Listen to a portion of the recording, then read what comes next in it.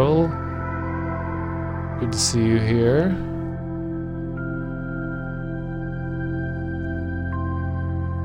Okay, so I went and erased all of my previous saves because you actually don't have to, but I'm a weird person in the way that I love starting over.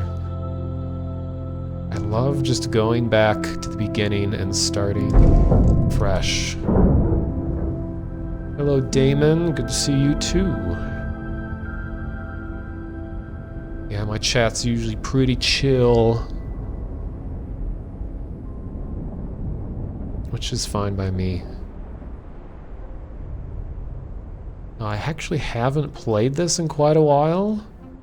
It's gonna be a little rusty, but since the last time I played, at least, let me put this up a little bit.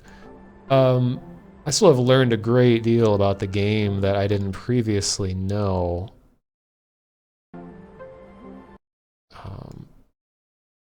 God. There we go. So this is mostly randomly generated. It's artistically randomly generated.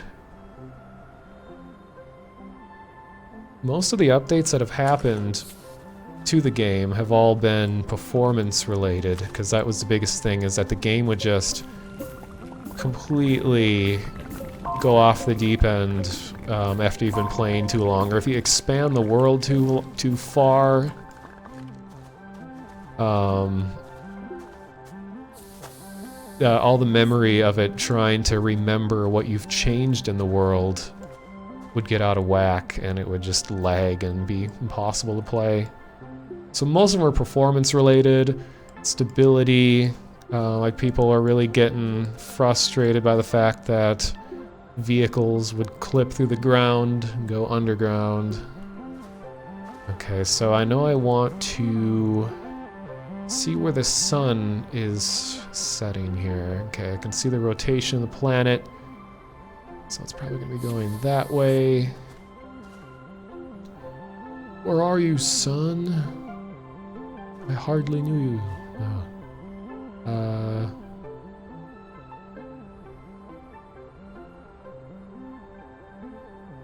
Okay, I think that's it. Straight above me. So I'm going to be placing solar panels, and they actually do have to see the sun for it to work right. So they can't be obscured by shadows.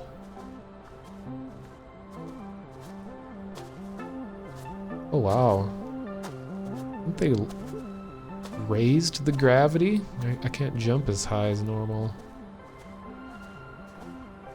So the main raw ingredients that I need for everything is resin and compound.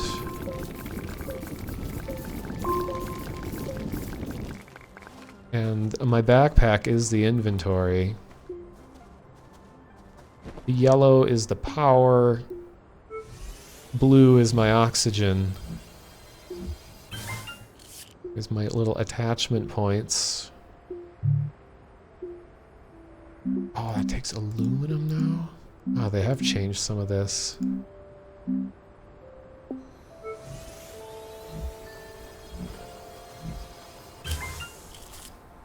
So as you can see, solar panels on my backpack are facing where the sun is. But I would also like for my base to generate power as well. So I'm going to put one of them here. And I'm not really a base building kind of person in these types of games. I mean, it's fun to build up the necessities, but I'm not much of a settler. Archon Zach, hello. Thank you, and glad you enjoy it. And hello, Saravo. So Saravo, how is Conan Exiles going? Have you guys been raided yet by NPCs or humans? Oh great, I think I've exceeded my or I've exhausted the compound there. So this is what can kind of suck, is that at night, if you rely on solar completely, you're not going to get any power at night. I'm more of a nomad, yeah, I'd say that. in a lot of different ways. And in real life, I'm kind of that way too, as much as I realistically can be. Like, I always like to think about in a survival situation in real life, I would not be the kind of person that would barricade myself up somewhere and try to sit there in one spot and survive that way. I'd be more someone who would just be out, moving around, taking my chances, exploring, trying to find people, but never fully settling or taking sides. Conan's pretty good. I haven't been raided yet. Best aspect of Conan is the environment. That is true. From what I've seen, the environment is definitely probably the unique thing that it offers that other survival games don't as much. I mean, Rust is a really good looking game, but Conan Exiles adds a pretty good element as well. Our environment. Okay, so what am I doing here? I think I'm going to expand this again. Wait, I need resin. Oh, I do have resin.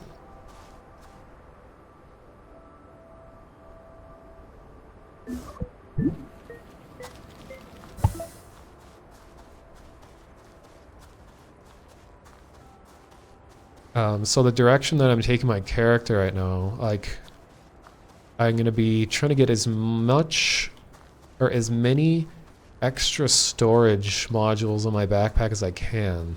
Storage of energy and oxygen. Oh, I forgot I can run. God, I always forget about that. Because then that way I don't need to be tethered to go out and do whatever I want.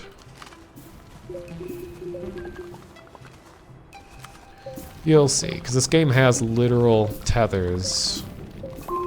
Strings attached to poles that you bring around, and it lets you stay tethered to your main base so you get a constant supply of oxygen and energy.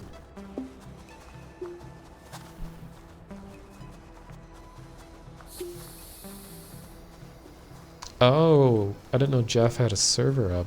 That's cool. They changed the wind vane, now it needs aluminum.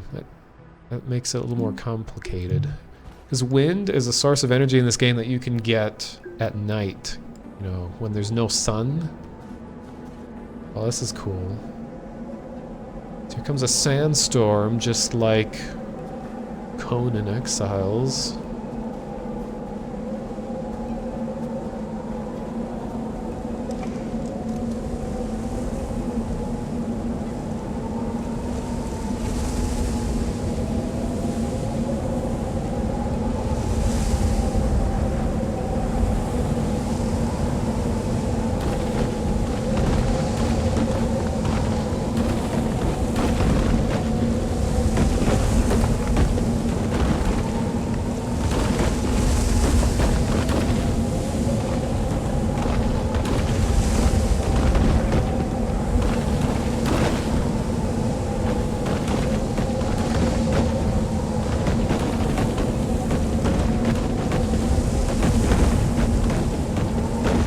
It's pretty loud, so I'm not going to try to talk over the storm.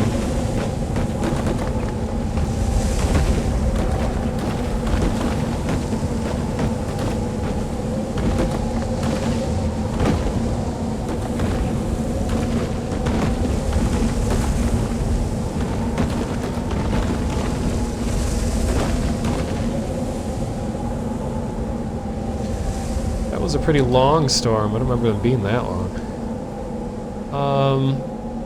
Yeah, this is early access / alpha / whatever every single survival game is. Okay,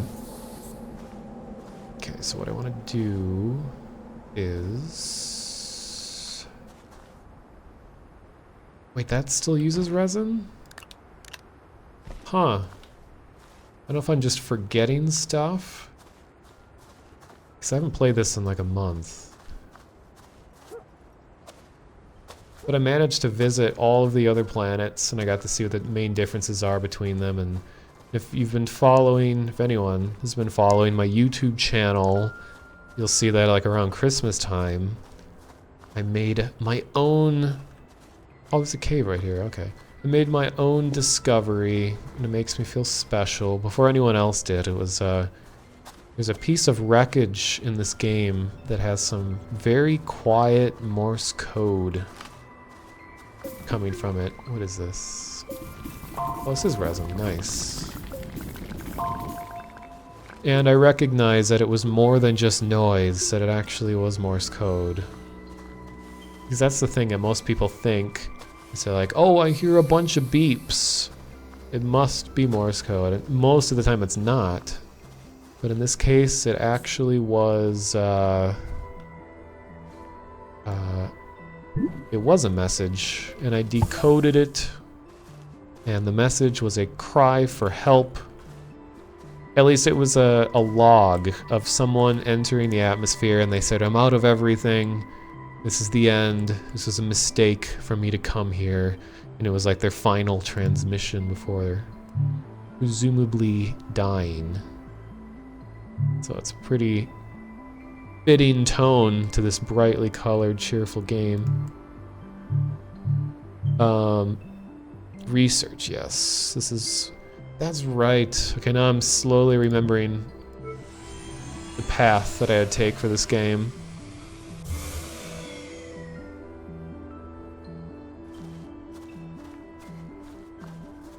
Okay.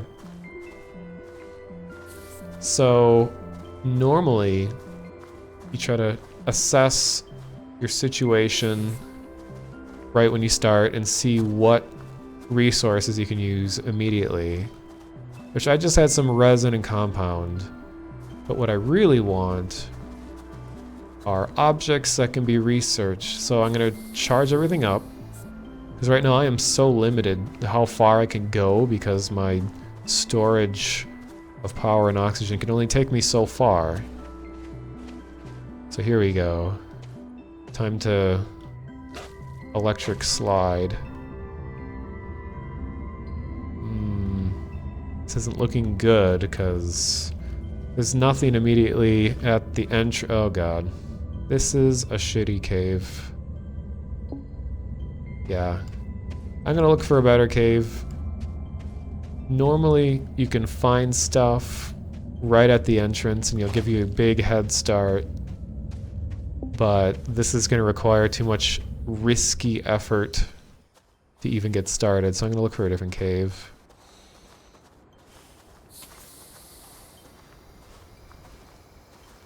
Space avocados, yes.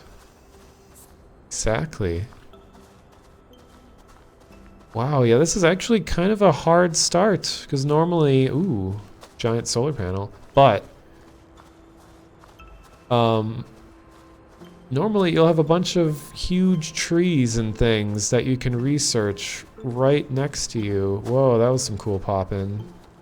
If I had known this was here, like here's a piece of research, and I developed my own way of running to make it so I can run with research. Normally you can only walk, but I just keep running and I jump and I grab it in midair, and that allows me to keep moving. I can also juggle like 3 different things at once while doing that. So here's my first research. Power cells, please. Fuel condenser.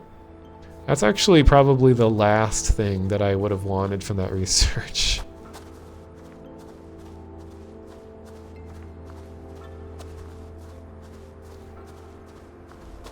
Oh, those are my pro strats. Pro Astroneer strat.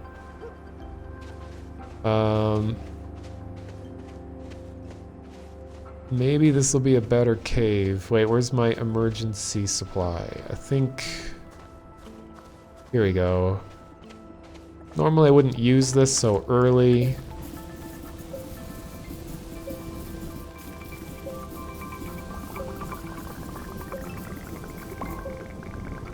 Okay, that'll let me... That was just raw oxygen. It's growing off of a rock.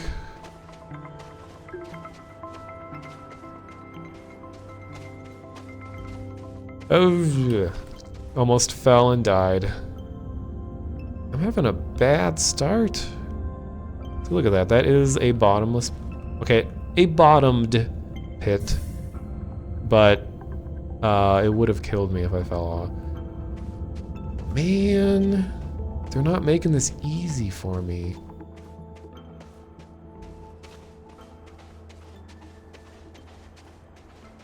So what I need is additional oxygen and power storage. Then I'll be set. How's the game going that I'm making? It's going all right. I know everybody has been seeing me on Discord. Well, it says I'm playing Unity, and it's been saying that for like the last 2 weeks. It's mostly because I'm working on multiple projects. One of them is for myself.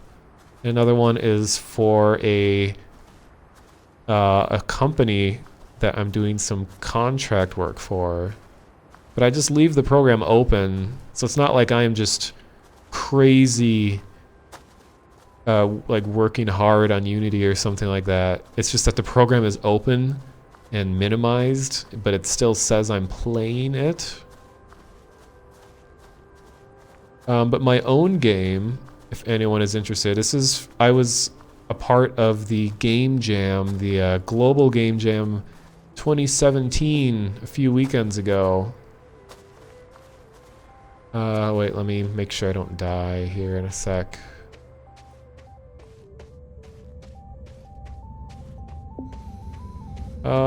Okay.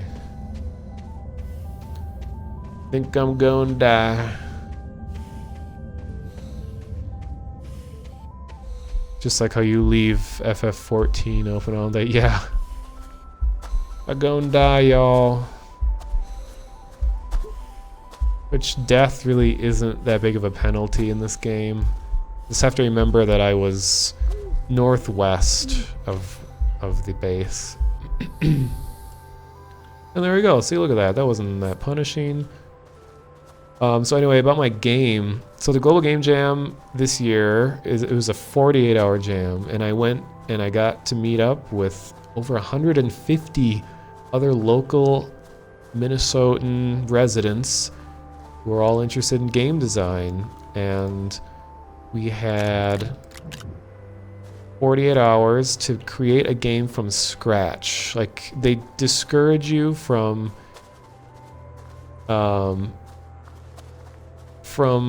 working from anything that already exists, like from just bringing your normal project in and using that for the jam. They want you to do stuff from scratch. Oh, here's some extra oxygen.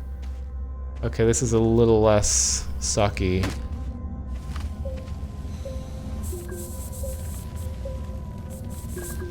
So, oh, here's some research. So what I'm trying to get at is the theme this year was the word waves. So everyone had to create their own interpretation of the word waves. So some people interpreted it as water, as the gesture of waving, as sound waves, all kinds of different interpretations. And I chose to interpret it as a game mechanic, like waves of something, you know, of enemies or something like that. But I represented it with an actual water wave. But game jams are all about the journey of developing more than the product that you make in the end. So everyone's games suck. And it's more about like the ideas that you create.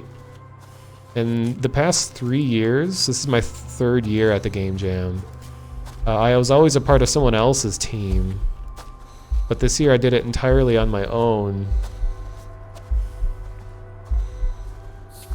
And I was actually way more productive and actually made a functioning game from scratch. So I did the code and the graphics And I would have done the audio and all that other stuff, but I just kind of ran out of time because the code took so long.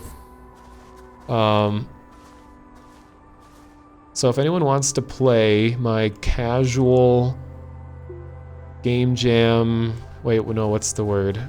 To play my casual trash game, it is on my game dev website, which is actually below my stream, and it's been there forever. So it's anomalistgames.com, and you'll see on the right side there'll be my game called Wave Save, and you get to play as a robot crab.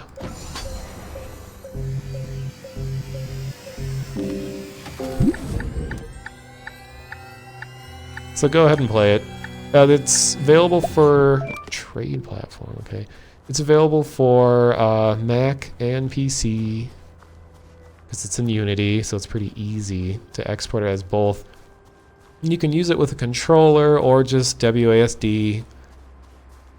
Just like everyone says about their games in a game jam, it is not complete. This is very simple. So anomalistgames.com.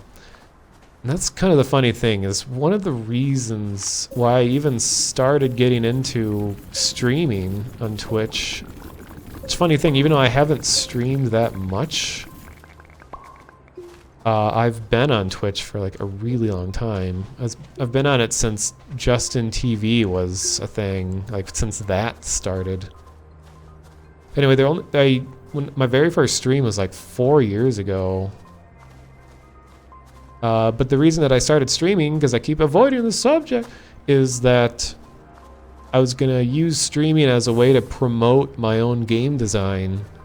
But as any artist knows, that finding motivation to work on your art, especially when you don't do it professionally, and there's like nothing besides you as to be used as motivation to work on it, that you end up procrastinating a ton and not doing what you wanted to do. So the whole reason I got into streaming is I wanted to stream my own games and kind of build an audience around my own games. Now this game that I got for the jam, this is not like anything that I really am that proud of. It was just like, oh, here's a super simple little thing that I made, and that only really matters to me.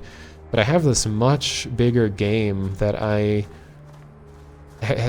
been planning for like a very long time, and it's evolved so much. And I have just like pages and pages of notes that go on, and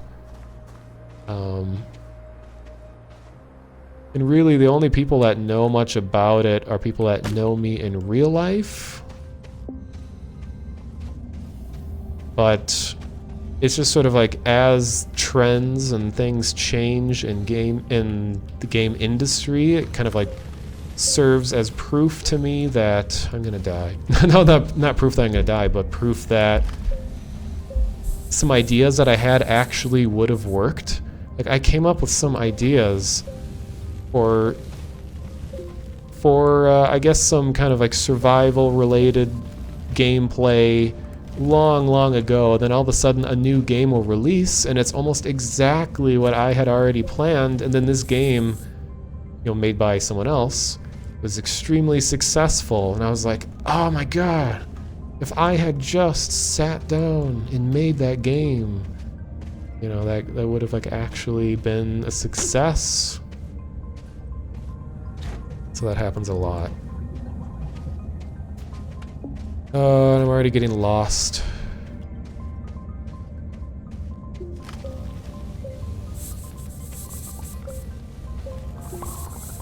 I'm gonna read chat in a sec. It's the hard thing with Astroneer, is that you're constantly dying when you're not at your base.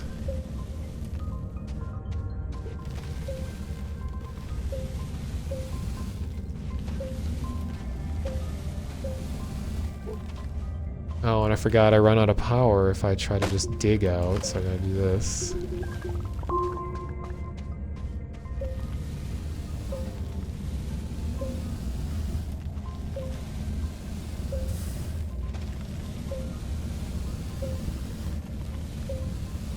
And if anyone is really into monotonist lore, I should say like the monotonist's lore, me, and you've been following my anomalistgames.com site, because the site's like 3 years old. It's been up for quite a while. It just really hasn't been much content on it.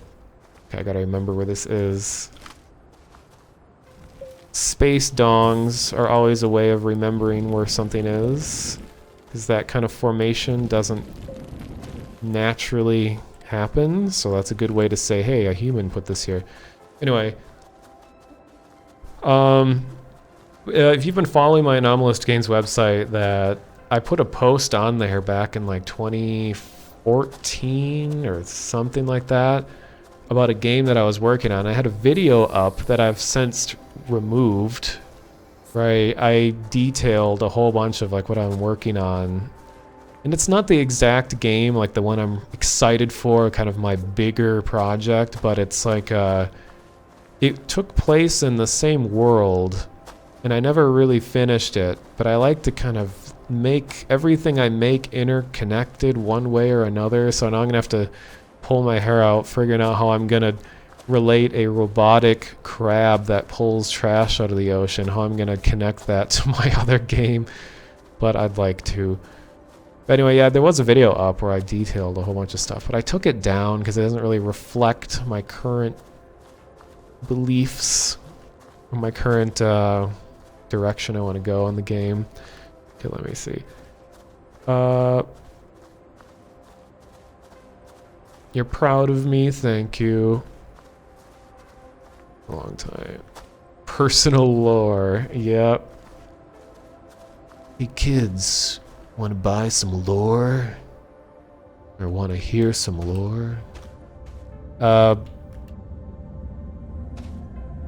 Something else I was gonna say.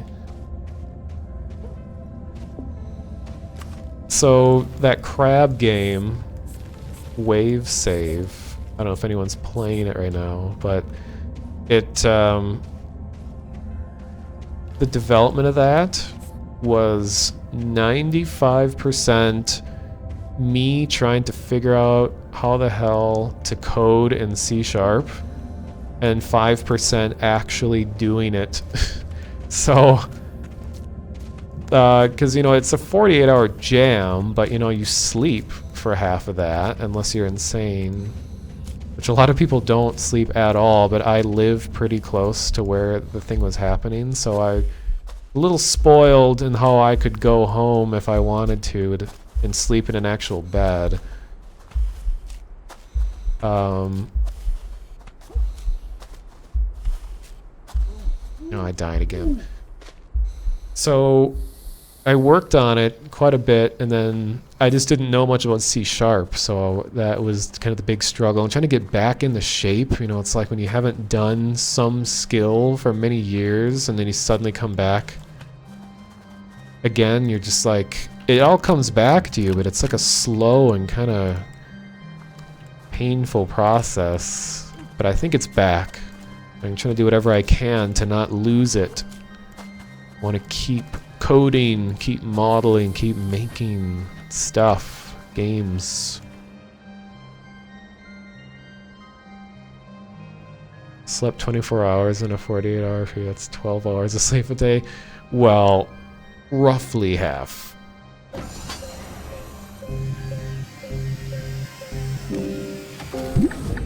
Come on, battery, battery.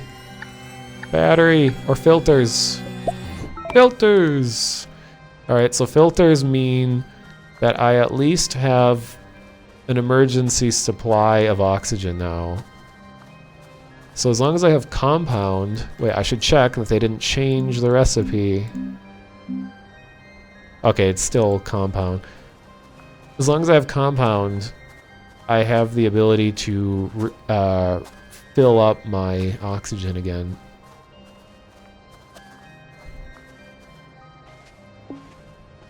Hello, Blaze and Meow. Welcome to Strem.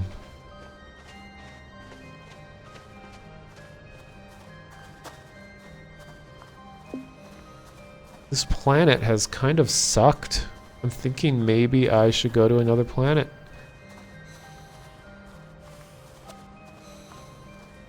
Okay, so here's the filter deal. Boom! Turns compound into oxygen.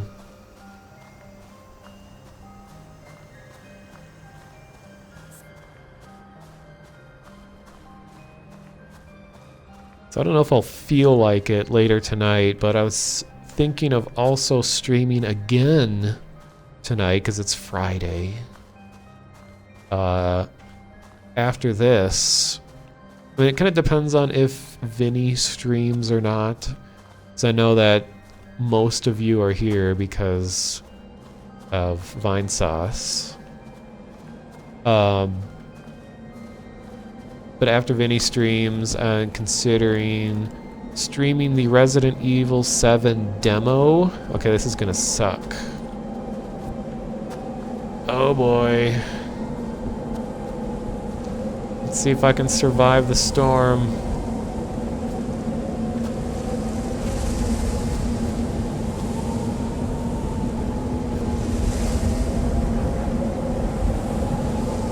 I'm still gonna keep streaming this for like a few more hours.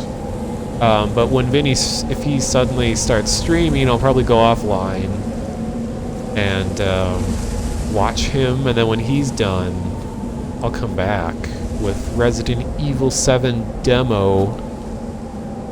I'll see you later, Cervo. Enjoy your floppy dongs. The reason I'm streaming the demo is because I honestly enjoyed the gameplay of the demo more than the full game. And I don't even own the full game, but as with most games, I watched the entire game through streamers. So it would be kind of pointless for me to buy the full game and play it again, because I know exactly everything that's going to happen, and I already know what I will like and will not like, and it's just sort of...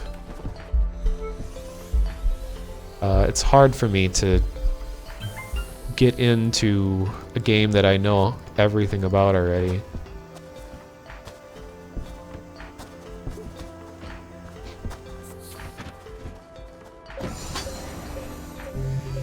But the demo, I never actually played the demo.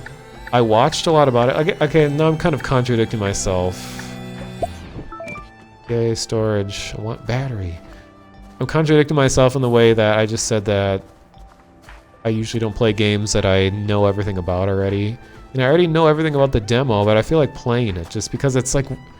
It's kind of like PT, if you haven't seen it. It's just really, as people say, obtuse puzzles. Like nothing or very little is told to you, and it's all about discovery. And I like that. So I wanted to actually do it for myself for once. Like I wasn't, when that demo came out in its entirety, I remember going to people's streams and helping them. Like if anyone was there in Fred, like Vinesauce Fred's stream, when he was trying to play the demo before the full game released, I first just watched and tried to see if he could figure it out. And then it got to the point where, and I don't blame him, that it got so obnoxiously difficult that he just was like giving up. But then I knew exactly all that he had to do to finish the demo, so he just had me tell him step by step in the chat how to complete it, and he was like, oh my god, how do they expect anybody to do this? And that brought back PT vibes. Just the obscurity of games like that, and I find that appealing when it is just so weird and random.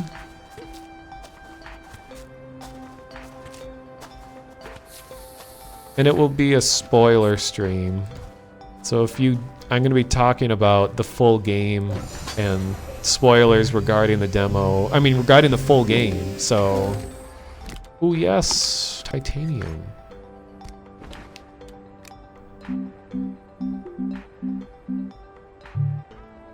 I need lithium. Oh, this is... Okay, nice.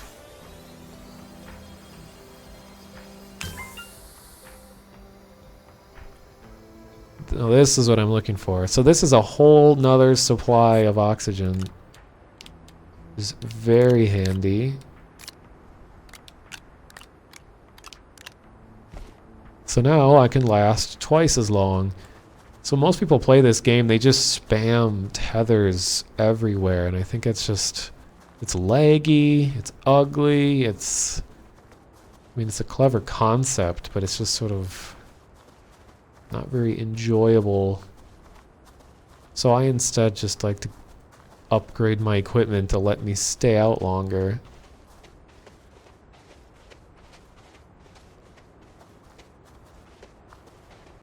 Wait, I think it's aluminum that I need?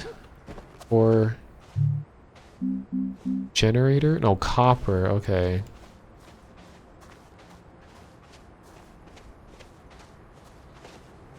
Yeah, I'm curious to know what Silent Hills would have turned out like. Because RE7 is very obviously influenced by not only PT, but Outlast, and you know, all the horror games that were really successful in the last few years during its development. God, this is another crappy cave that has just a death fall right at the beginning.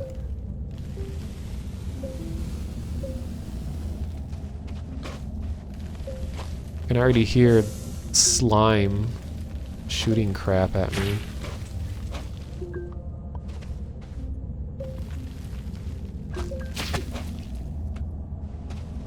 No, no, no, no, no!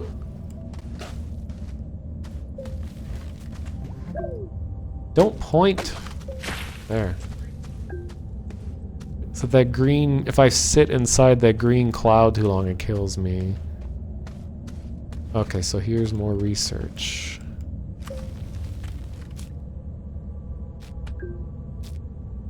I mean, this game doesn't have a direct goal, like you can't win. The closest thing to an objective as I can think of, oh my god, is that you just want to research as much as you can. So if you are someone that needs a goal in a game, that's really what you spend most of your time doing in this. Searching around for research, and you can't just...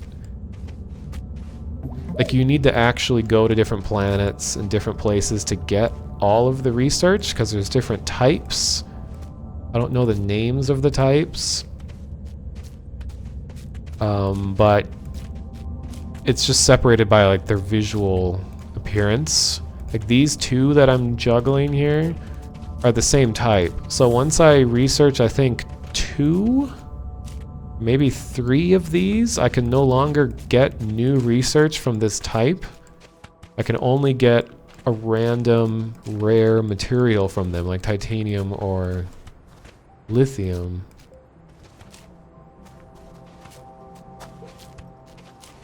But then the research that you get is random.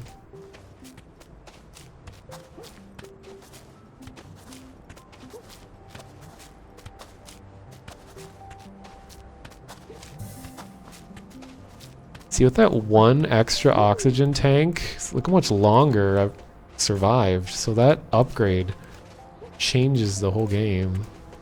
You just get 1 titanium. Oops.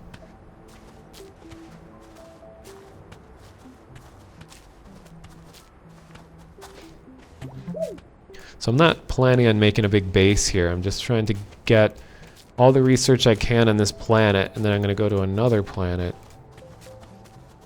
and discover stuff.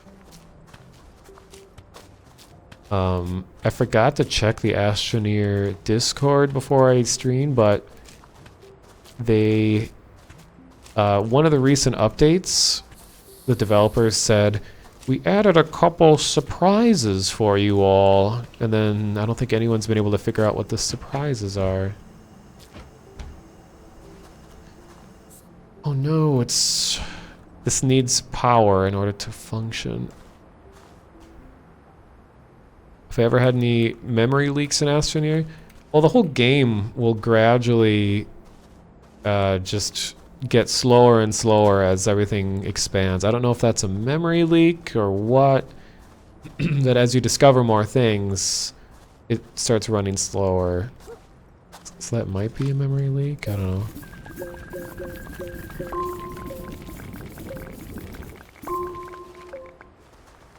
What I do need is copper, but I can't get copper unless I get whatever the red crystal is, and then I have to refine that to make copper, and then once I get copper... Oh, it's already... I should just leave these here.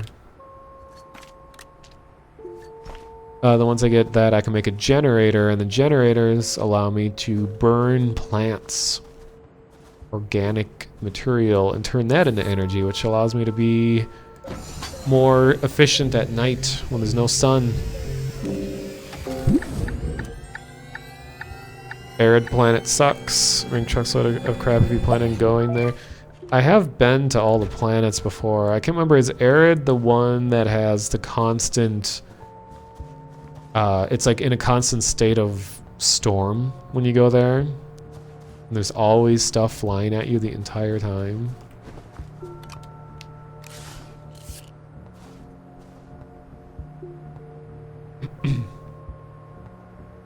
I can't remember if that's arid or if that's radiated. Oh, it is arid, okay. I wonder, did they get rid of that big laggy thing in the sky? Where is it? Yeah, because all these planets that I see right here, these are ones I can actually visit. They're not just decoration.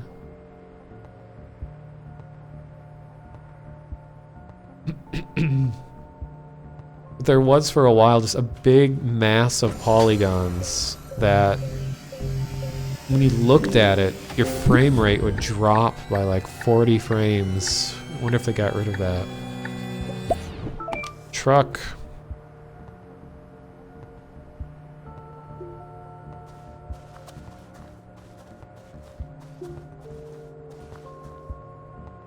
I'll just take this with. I just love so much how all of the interface exists in the game's environment. Because that is my biggest complaint about most games, especially survival games, is just that whole grid structure, the whole UI that is just numbers and boxes and icons, and you're carrying around a stack of 60 logs in your pocket and 1,000 plants, and you lost a battle because his strength was 2 and yours is 1. It's just, ugh. I love the concept of survival games, but I can't stand how most of them are made. So I'm so happy when a developer takes extra measures to redesign something that people have taken for granted.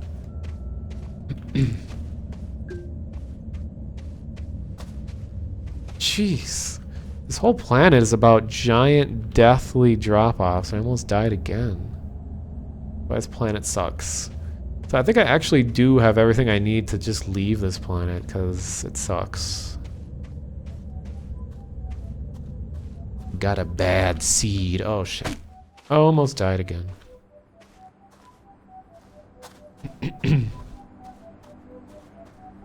So it's Star Citizen is like that, where the HUDs are part of ships or the helmet. That's kind of, I mean, that's awesome. I've kind of been confused about Star Citizen. Like, every time I see people streaming it, I keep hearing great things about it. People are like really excited, like the fan base is just so pumped about the game. And then I go and watch a streamer play it, and they're always just sitting still, staring at a wall, and they're just talking to their chat. Like, it's so hard to find anyone actually playing it. They might be streaming it, but but they're just like on a mic chat with like 10 other people and no one's ever playing. Or sometimes when they are playing, they're just like having a death match and just shooting each other. Like I hear these big grand ideas and huge concepts and all this stuff that they're planning on doing, but I just don't see any of it in action ever. I had to dig really hard on YouTube to even find any proof that any of these big concepts were actually in the game in any form. I mean, that was like the most funded game in Kickstarter history or something, wasn't it? It was like millions of dollars raised for it. So I don't know. It's even in its completed form, I don't think I would play it, even if they achieved everything they said they're going to achieve. But I am always supportive of devs that are trying to do something different like that. So it interests me, but I don't think I'll buy it. Yes, this is all what I'm looking for.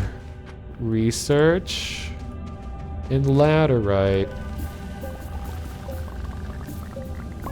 Sweet.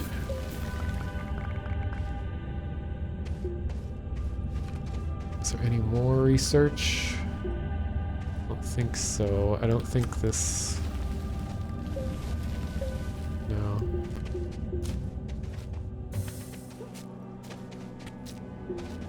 Another storm.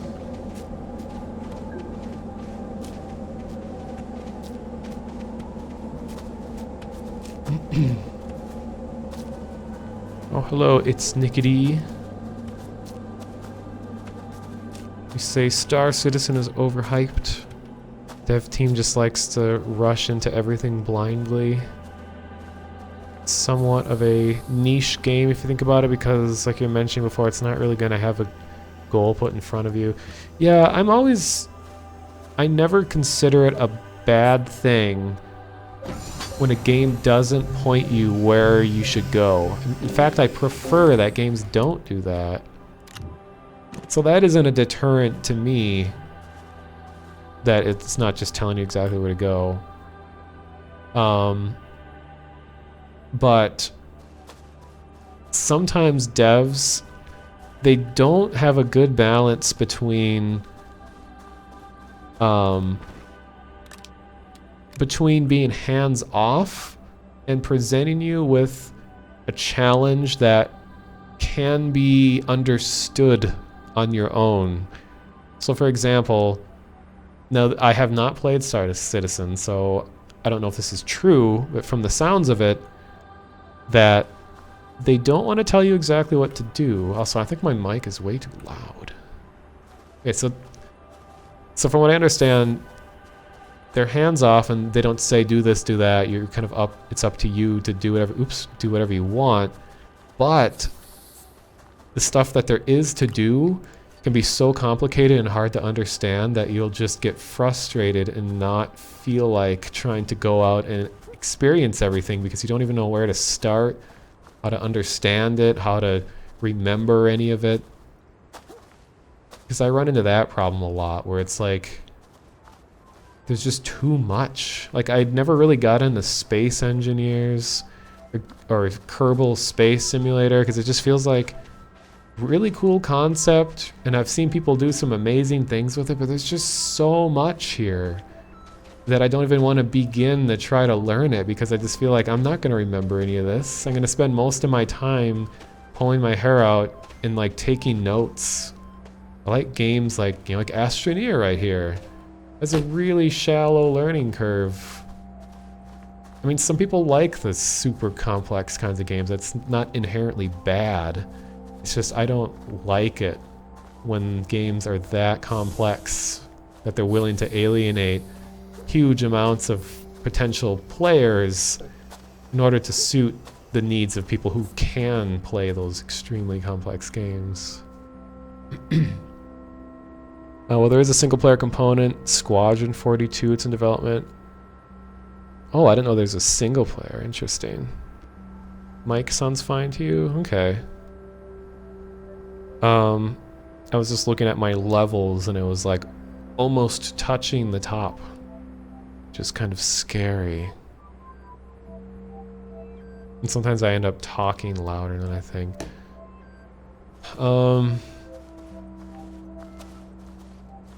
Usually when I'm trying to play Astroneer here in a hurry, I mean, I'm not in a rush, but I like to try to make stuff a little urgent just to keep it interesting. Because I'm trying to leave the planet here. So normally, I wouldn't even bother getting a smelter to convert this laterite to copper. I would just rely on finding wreckage, and there's a chance that you might obtain the material that you're looking for just out of random chance. But this is an unlucky planet. It's not really going easy on me at all. Nothing's being handed to me. Do I do song request? No. I don't really like having music during the game unless it's the game's music.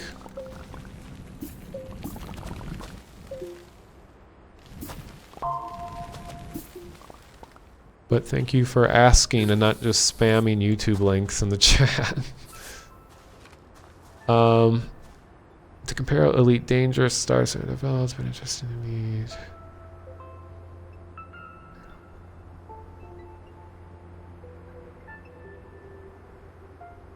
meet. From what I've heard, that Elite Dangerous has been approaching the developing of their game in a way that I much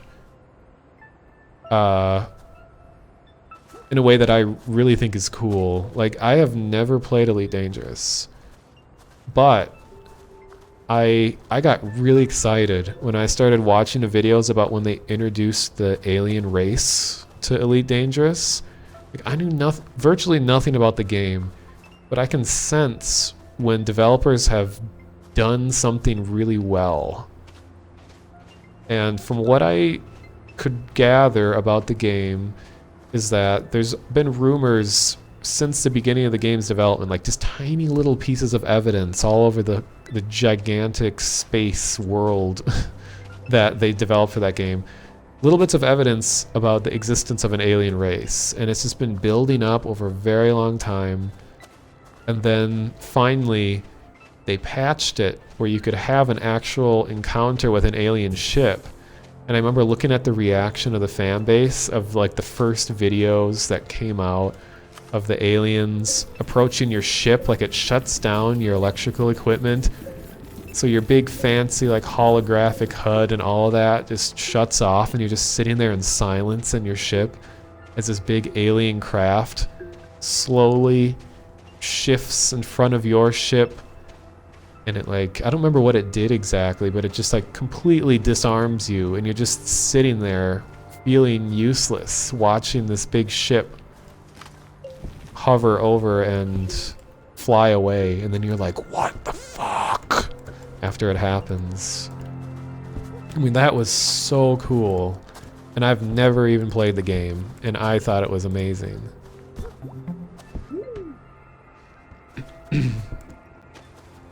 I remember before this actual, like, completely confirmed encounter happened,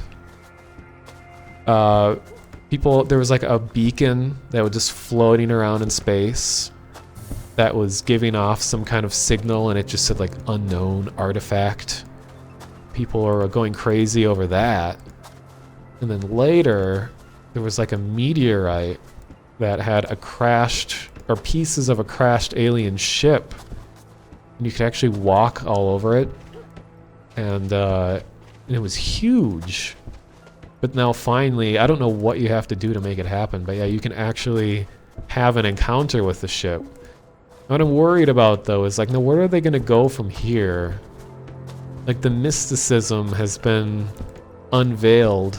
Now people are kind of waiting for something big to happen, so it's like, it could easily not become cool anymore if they're just like, oh yeah, no, there's just aliens and you gotta fight them and you get XP or whatever happens in that game. So I hope they don't mess this up. I hope they are creative with what they end up doing with the existence of these aliens. drill head. I don't even really need that. Mysteries have been weaving into the game, building up over time. Are the kind of shit you live for. I don't even play the game. Yeah, I agree. I love mysteries and games like that.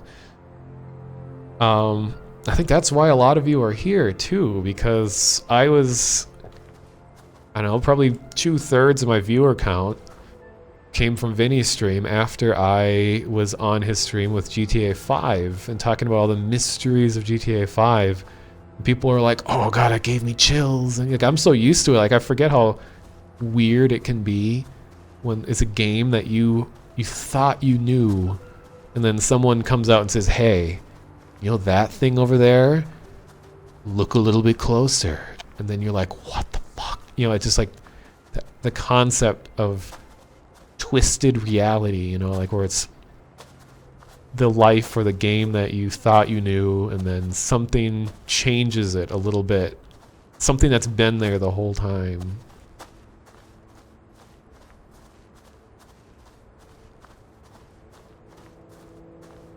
Did I ever find that job sim sigil? No, I didn't.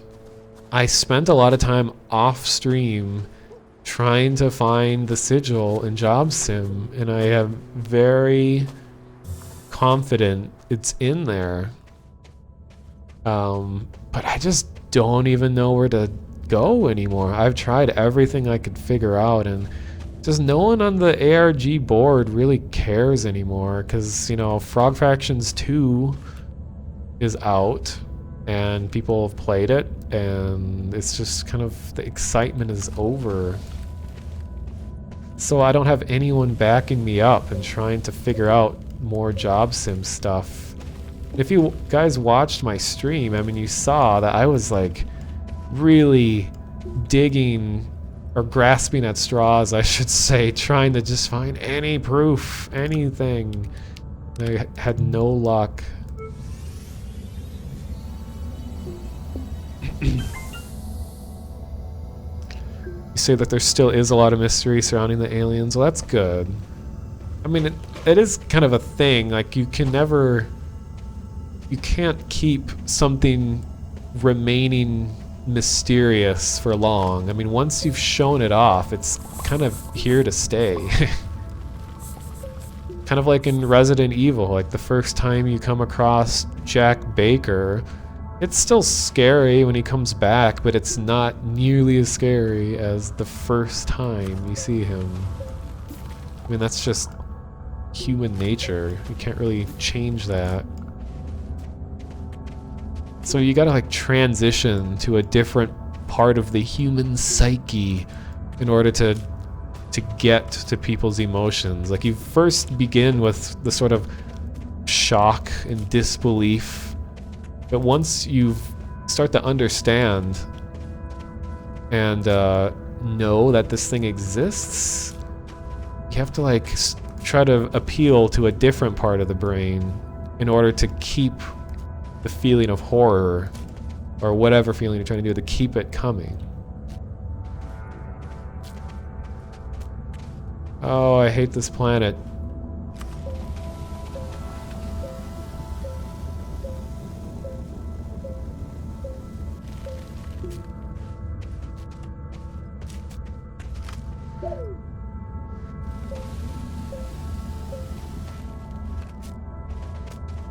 Like, another instance of in-game history that interests me a lot is physics, please.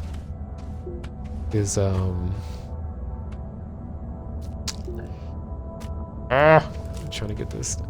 Is in World of Warcraft, whatever that whole thing was called, that plague, that like corrupted blood, or whatever that whole situation was, where the developers made some kind of disease that high-level players could get that wouldn't be that big of a deal to a high-level player, but a high-level player carried the disease into a low-level area, and it spread at such a rate that like a huge portion of the game's population just was repeatedly dying over and over again. It actually spread and became a huge problem in the game that the devs had to step in and be like, okay, maybe we should stop this disease, because it just killed everyone off. I think that's so cool that that happens. It's like when games sort of like transcend gaming and makes you think about the real world in a way. Oops. Oh, that sucked. Oh boy.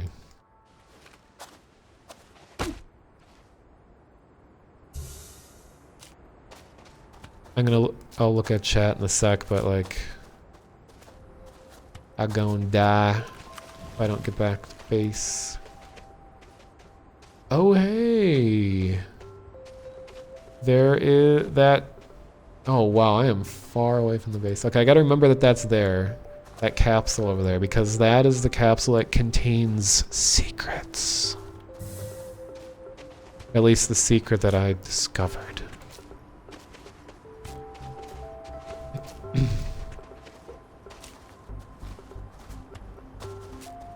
It was something from a boss, I think, that stayed after you left. Oh, the corrupted blood thing, yeah. I just think it's especially interesting when a game has that huge of a player base as World of Warcraft, that when something happens that affects that many players at once, I just think that's especially interesting.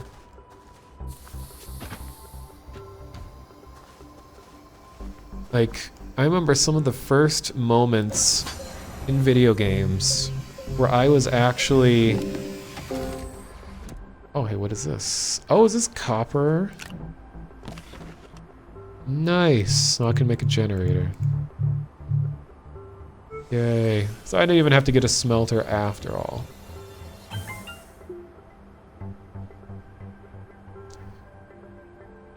One of the moments in video games that was the first time that I ever realized how much a game could excite me.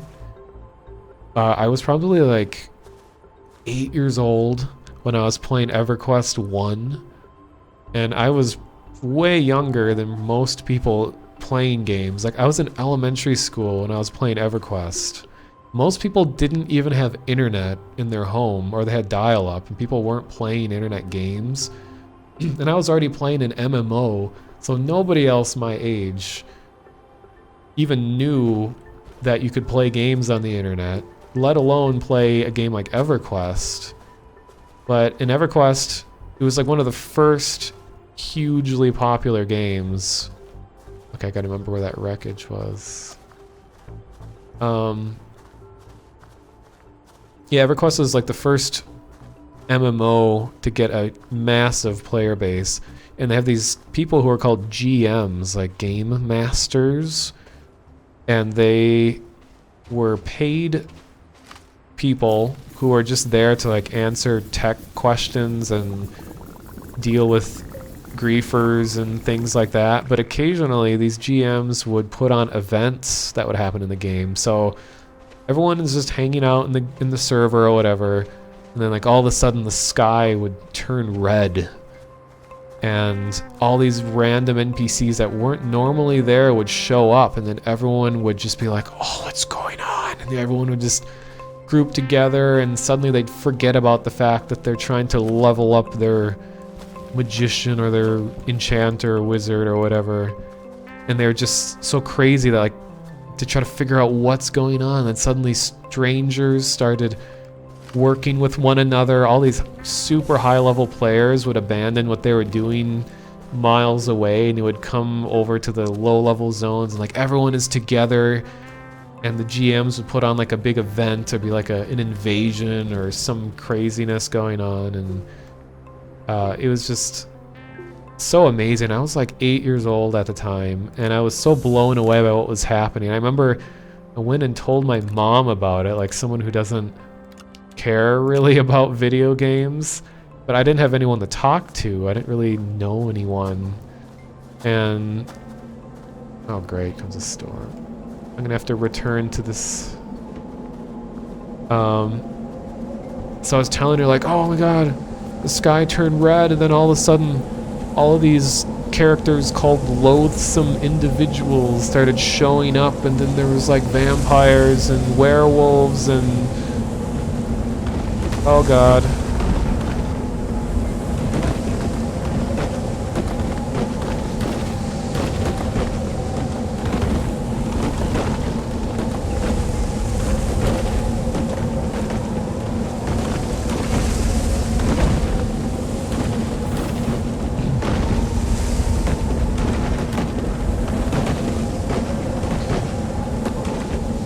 Trying to survive.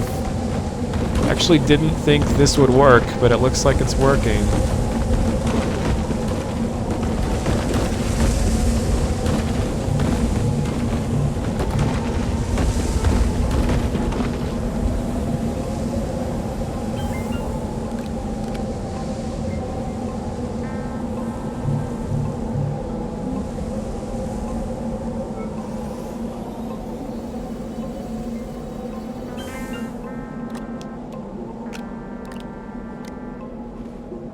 Anyway. Yeah, so I didn't really have much else to say about EverQuest. It was just... when you can bring huge amounts of players together and unify them with one big event, it didn't matter what level you were, what server you were on, or anything like that. It was just a cool unifying event.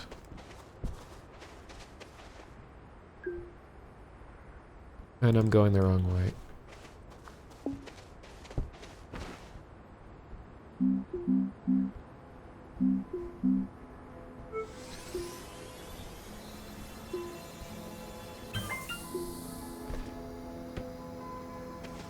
And nowadays MMOs just play super safe and follow the theme park style because they can make more. I know.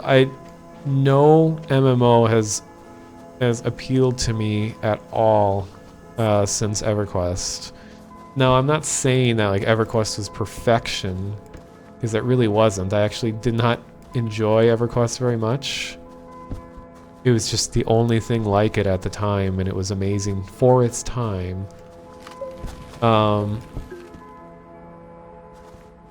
But just, yeah, MMOs have fallen into such safe formulas now, it just annoys me. Like the fact that they have instances, like the thing I liked about EverQuest is that everyone was, there's different servers, but everyone was together.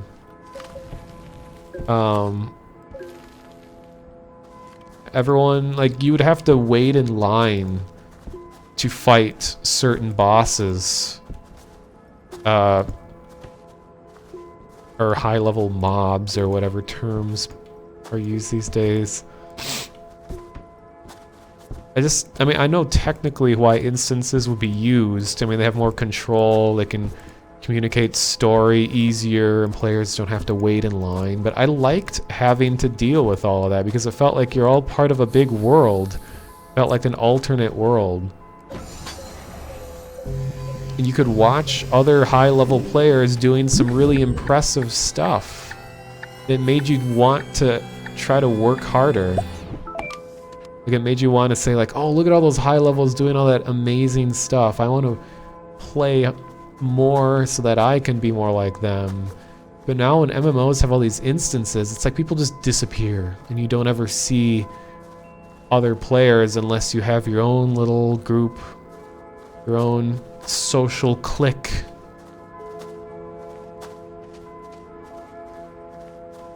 Oh yeah, I remember Uru. Uru used GMs, and even you attended an in-game lecture where players from throughout the server grouped together and talked updates and lore speculation. That sounds amazing.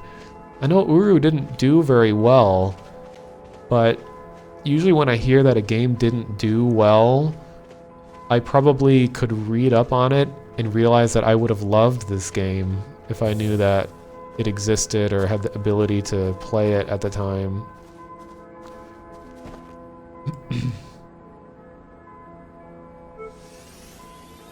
So I remember Uru was supposed to be like a multiplayer Myst. Yeah, I remember EverQuest was the first time I'd ever heard of having to pay a subscription to play a game. And there's, at some point, I mean, my parents were amazingly nice and they paid for it for me because I was like 9.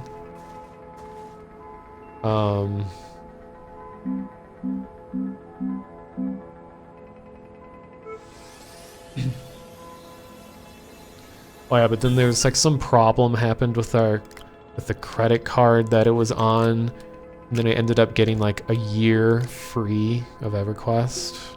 I really wasn't supposed to have a free year. But oh well, they didn't seem to care. Okay, so here is, this is the thing that I discovered. So this particular piece of wreckage that you can find all over the place. Sorry. This will be hard to hear this, and I promise you this is not a screamer or anything, like, but there's going to be a very quiet sound. And I won't say anything. I'll try to get next to it.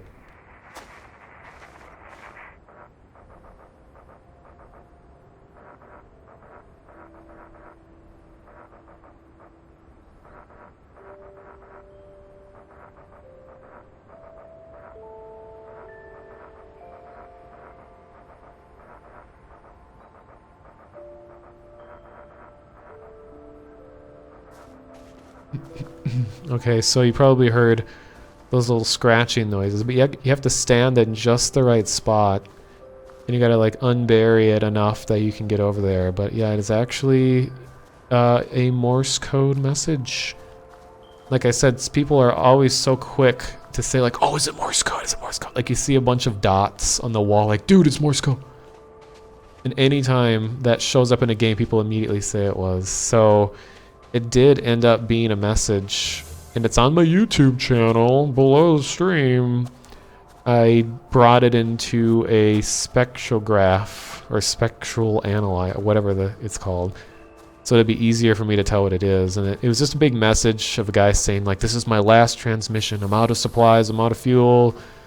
I shouldn't have ever come here. Goodbye, world, or whatever. And then he dead. Or she, who I don't know.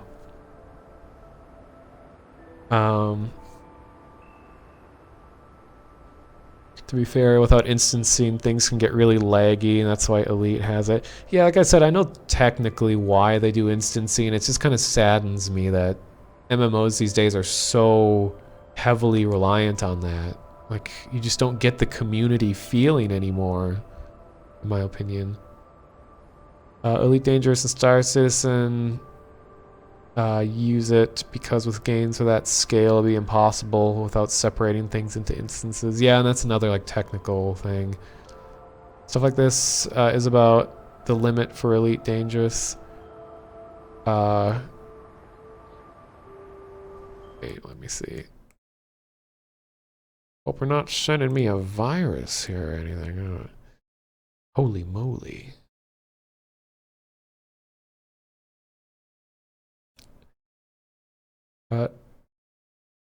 It's Nickety. Is this, are those all players, I'm guessing, that were in that? Because that was pretty insane. You heard about it? I didn't know I discovered it. I know, I'm just gloating. I mean, other people said that they had heard it before, but I noticed it was an actual message.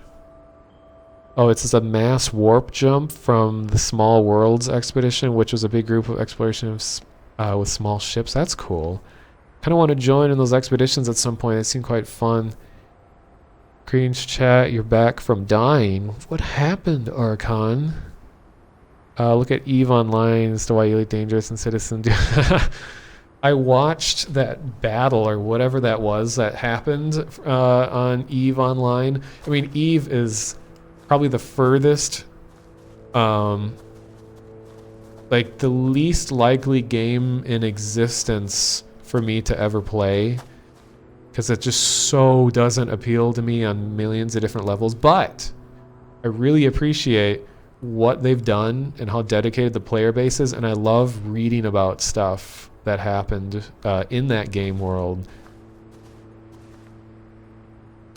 Okay, I need to do stuff real quick.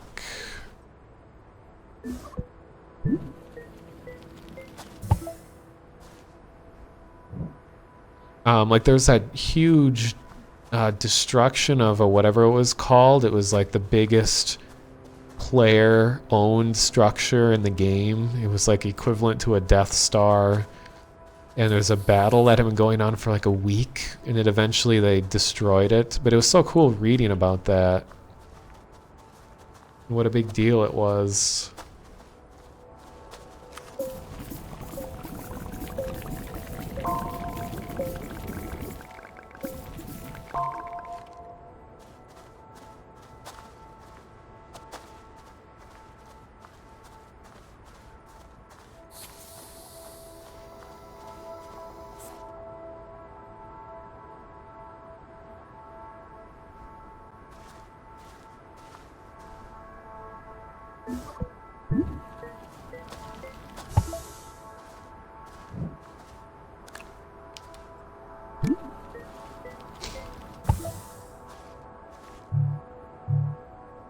Now the trade platform is kind of cheating, in my opinion.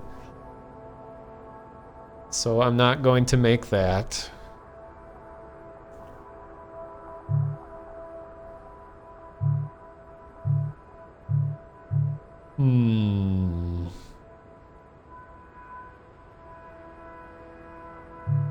I think I should just...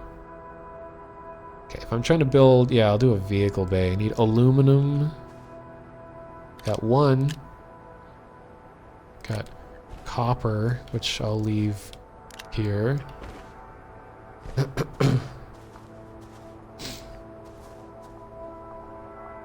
Okay, so I need to find another aluminum.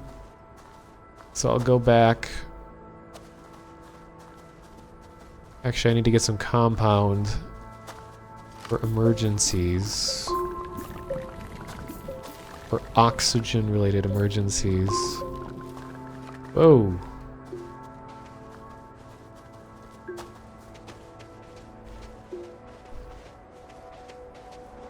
There's also a mystery in Elite Dangerous about discovering lost colonies. And people are on the search for more clues and evidence and shit. That is so cool. Is there like a Discord or like where, or a stream or something? Like where are people actively working on that? Do you know? Because I would be very interested to just like eavesdrop on what they're doing. Because I'm already listening in on like 5 different ARGs. So why not add another mystery? Actually, I'm not following very many right now that I think about it. Like I said at the beginning of the stream, the last few months for me have been roller coaster of emotions. Which is true. It was just like so many things happening all at once. Relationship stuff, job stuff, health stuff, all at the same time in one perfect storm.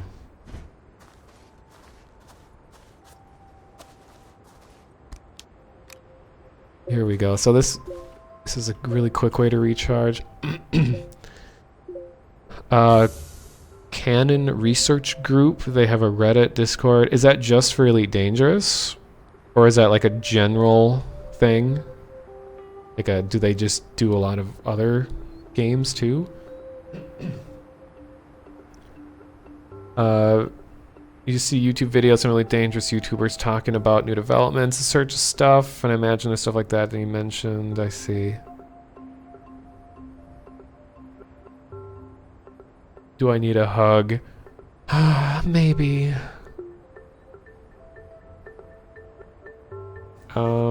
There's actually 2 alien races really dangerous being investigated. Thargoids, which are the crashed ships, and the abducted you see, and the guardians, which made these ancient alien ruins that you can find on planets. Oh, that's cool. Okay, it's just about elite, but any mystery in the game. Oh, thank you.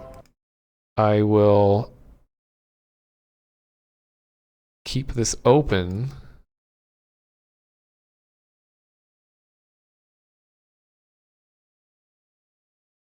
Cool.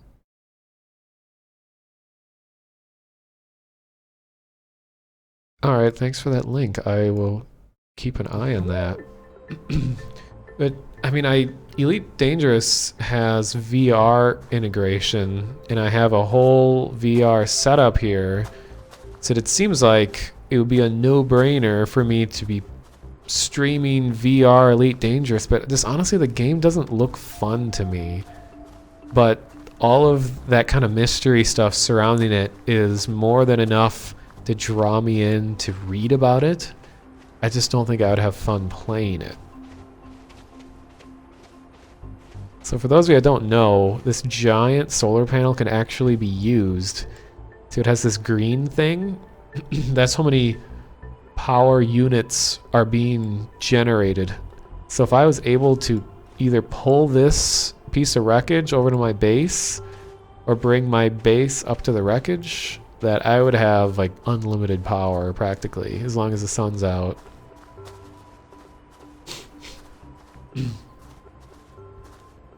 So what I want to find is aluminum so I can build a ship.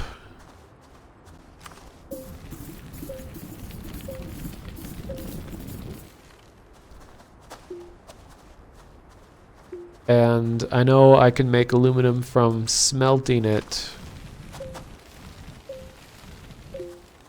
Ah, I hate it when the game does that. Just spins you around in a circle. Oh, here's the research. Give research. There.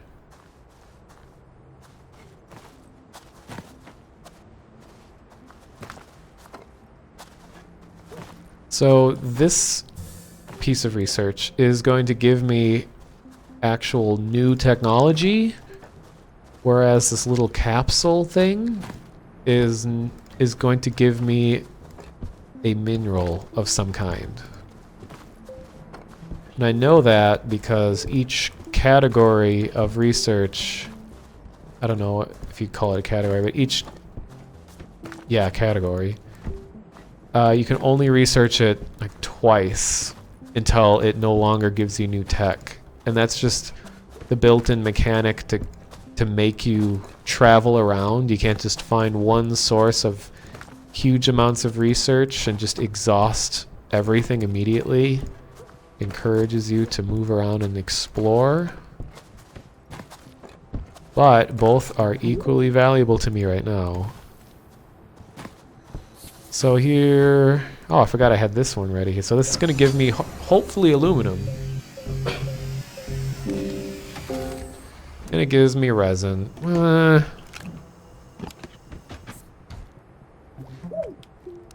Here, I'll attach my solar panel to help speed this up.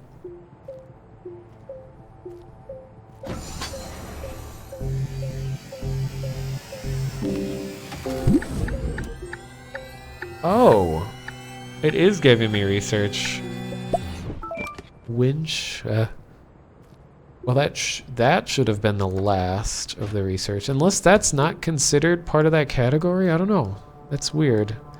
If I played multiplayer Astroneer, I played with KY on his stream. That's actually the only time I ever did multiplayer.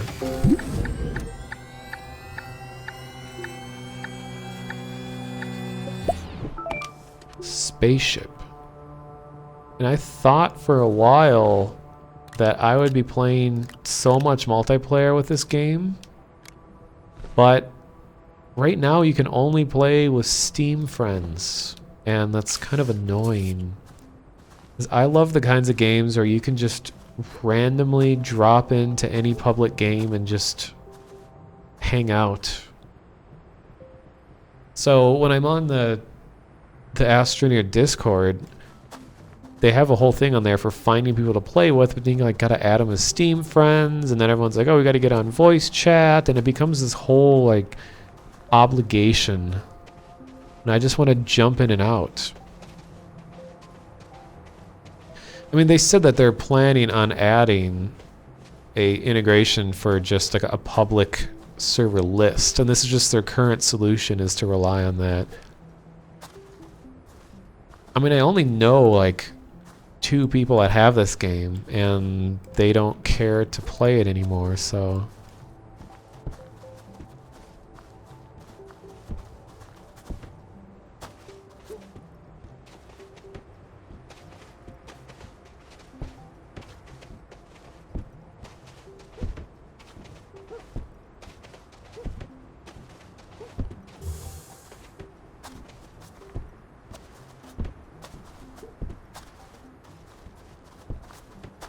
I should fill in that hole. I'm not really a fan of that big ditch right next to my base. Is there any wind? It's funny that for a while people were trying to figure out how wind works in this game, and they're like analyzing like, oh, maybe it has to do with the shape of the ground relative to the clouds, and if the sun is touching this or that, and there's all kinds of theories. And then during one of the streams, because the developers of the stream, someone asked them, and they're like, oh, I don't really know. Maybe we should get so-and-so in here. And they went and found him, like one of their programmers, and they're like, our whole stream really wants to know how wind works. And then he came in and said like, oh, it's just totally random. Like if you're standing somewhere, there's just a 25% chance that there might be wind there or not. That's it. So it just like blew away everyone's theories about wind. I mean, they've just about every feature in this game, the devs have said that they're going to change it. Like there aren't many features that they've said are going to stay the same. Multiplayer gets chaotic, trucks get glitchy, they can just fly away on a chair. I've heard of that. Wish you knew enough about physics and relativity to understand how that affects the simulation. Oh, fun fact, unrelated to almost anything we discussed previously. Remember correctly, the average FTL speed in Star Citizen is about 2,000 light years per hour. Good lord.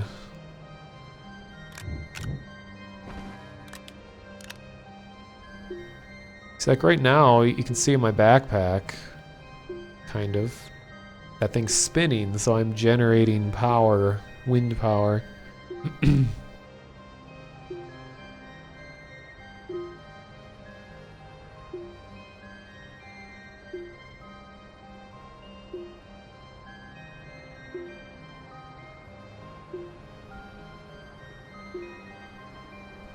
Then I can use my generated wind power to power up the research.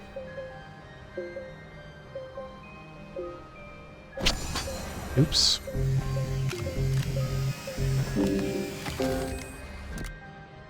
Ooh. Do want. Can make another oxygen tank.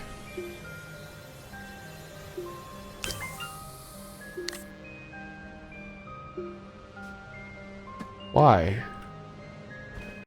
No! Oh, I love accidentally clicking OBS. It's like the best program to just be blindly clicking buttons. Shouldn't be carrying resin. I should put this here.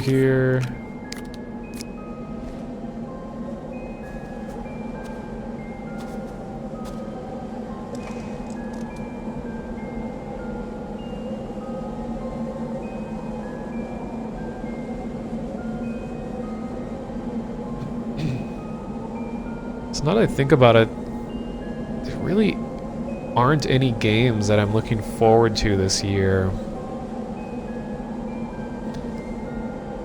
Okay, I was just... Well, the storm's gonna miss me, I'm pretty sure. It's cool. I'm glad that there is a chance that it will miss you. Because I think it's so dumb if a game world is very obviously all about you. It's like a Truman Show situation where it's like you're obviously the center of this game's universe. I'd like to feel like that I can just be a part of it and not it.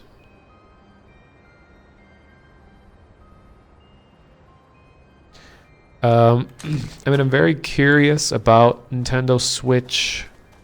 I'm just not really a console person. So I'll definitely be watching people stream Breath of the Wild and all that, but I really have no urge to buy any of it. I have no urge to play any of it. So I know that's the majority of all like the game-related hype that's happening.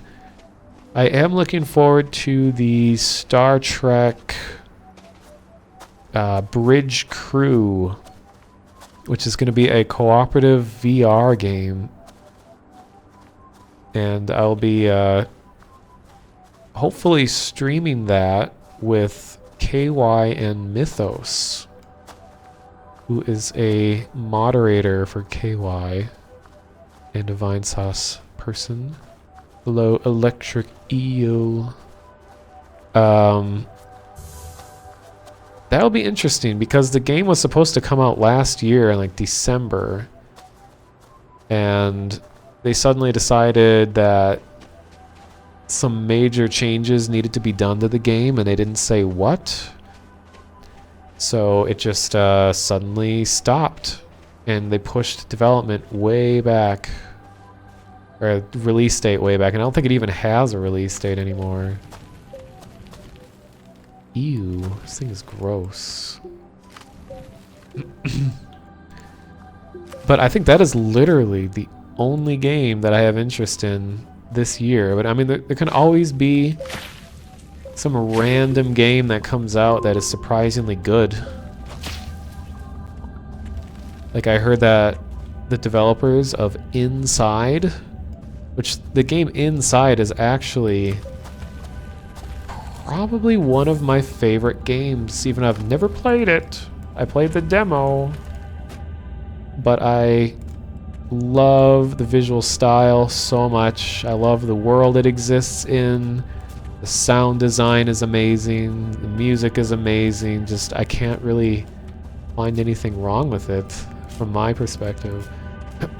But the developers of that game are rumored to be working on another title that is supposed to be similar to Inside, so I'm very excited for that, but that's just extremely early stages, so it might not even be this year.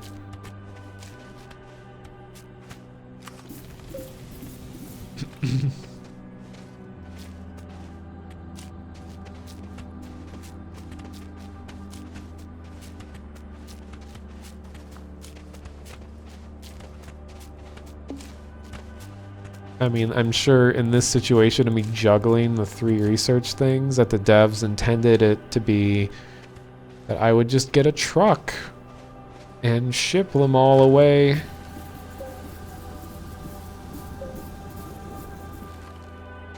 But nah. It's kind of a general rule that I have in video games and in real life, where if I can do something better with less, that is always more desirable. Like when I code, like I do web design, you know, in real life.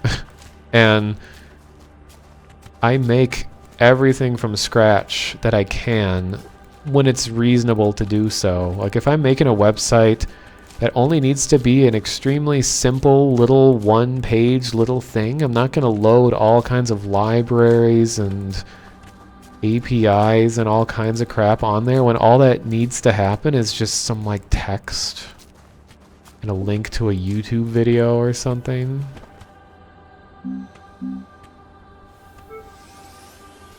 I like having a thorough understanding of everything that I do. Battlefront 2 is coming out this year. Well, EA Battlefront 2. For those of you that don't know, I actually really like Battlefront, like the new Battlefront. And controversial opinion, I was not a fan of the old original Battlefronts. But for me, I just like Star Wars. I like how it looks and how it sounds. And I love existing as just a regular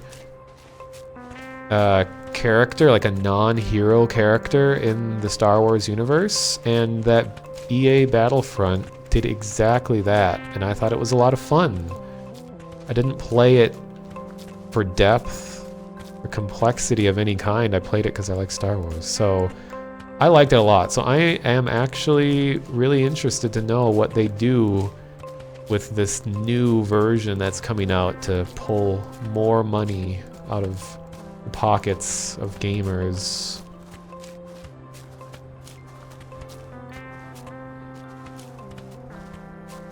Kind of behind on the chat right now. Let me go. Oh, when this is charging, I'll read up.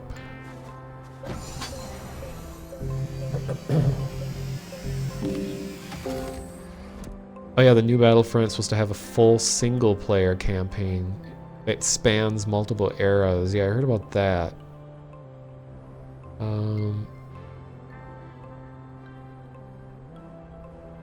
What did I get here? Aluminum! Nice. Now I can build the vehicle bay. Vehicle BAE.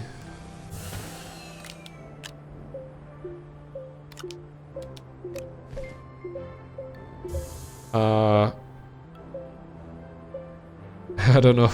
You don't know if we can be friends anymore because I said bad things about the original Battlefront. My little Star Wars Titanium series U-Wing. Wait, what? You're messing around with my... Is my little Star Wars? Wait, what is that? Star Wars Titanium series? Oh, okay, like an actual Titanium series as in like, there's like the black series and the different figures. Okay. Those were really cool. Those are like super detailed ones, aren't they? I have a huge amount of Lego Star Wars minifigures. I have photos that I took of them too. I have lots of them. I have like 40 or so. I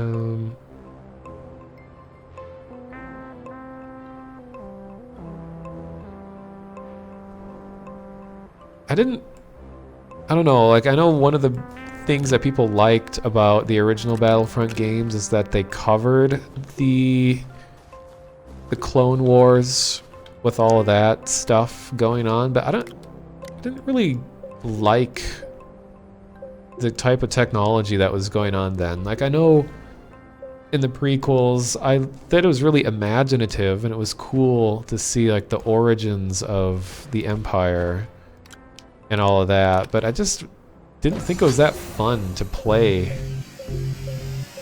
during that era.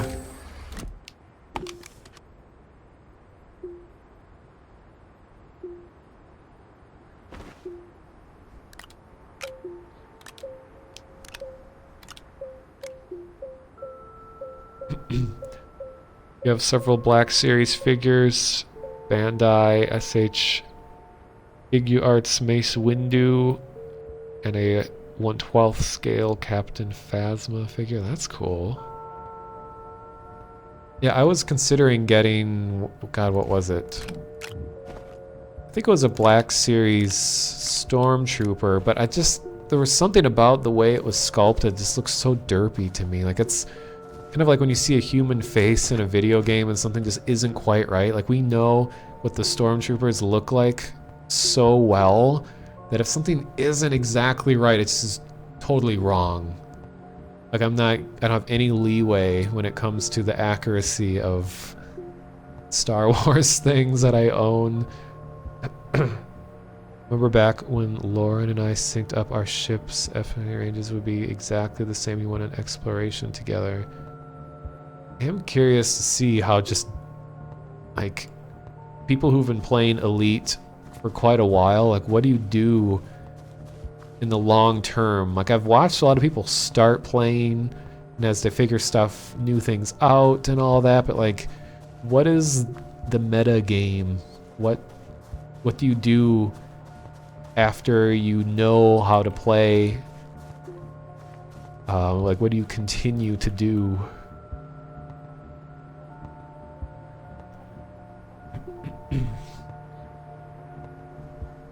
Actually, the best looking stormtrooper figure that I ever saw, which I ended up buying, was a God, what was it? I don't remember the name of the company. Shoot, I think it was Bandai. But it was like this just pretty cheap and a small stormtrooper. I don't remember the scale or anything, but it wasn't even listed anywhere. Like, it wasn't a part of the official, like, collector's recommendations or anything like that. But I thought it looked really good. It wasn't the most well-made thing, but I had fun putting it together. Like, I had to put together every piece of the stormtrooper's costume, and all the ball socket joints and stuff, and it was posable. It was like exactly what I was looking for. Only problem was that trying to apply the little gray decal on the frown of the stormtrooper's face or helmet. That was kind of a nightmare because it looked. Because you had to poke the holes to give it its mouthpiece. And then when I poked the holes, because it was so small, it just looked so trashy and it just like destroyed the decals. Now he has a really ugly mouth. That was my only complaint though. Everything else was awesome. And they had like replaceable hands and different poses and stuff too. Okay, I don't think I'm gonna be as yeah, I'm not gonna use a spaceship. I'll just do a shuttle. So what do I need? 4 compound? I think I still had some more over here.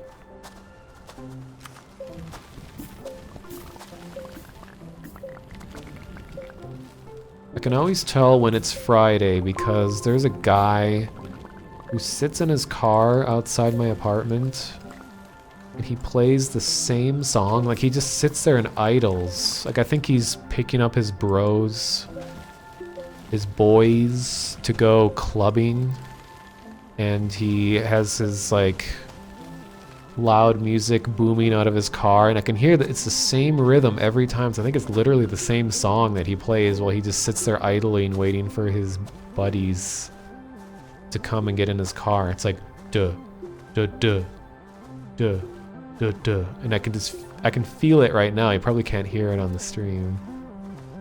Dude bros. But he only does this on Fridays, so like, he's my weird abstract calendar, I guess. The model kit I'm describing is from the exact series your Captain Phasma is from. Oh, okay. I never really looked into what other ones that they made. Say I need a printer. Well, I'm actually planning on leaving this planet right away. I'm just gonna get some fuel.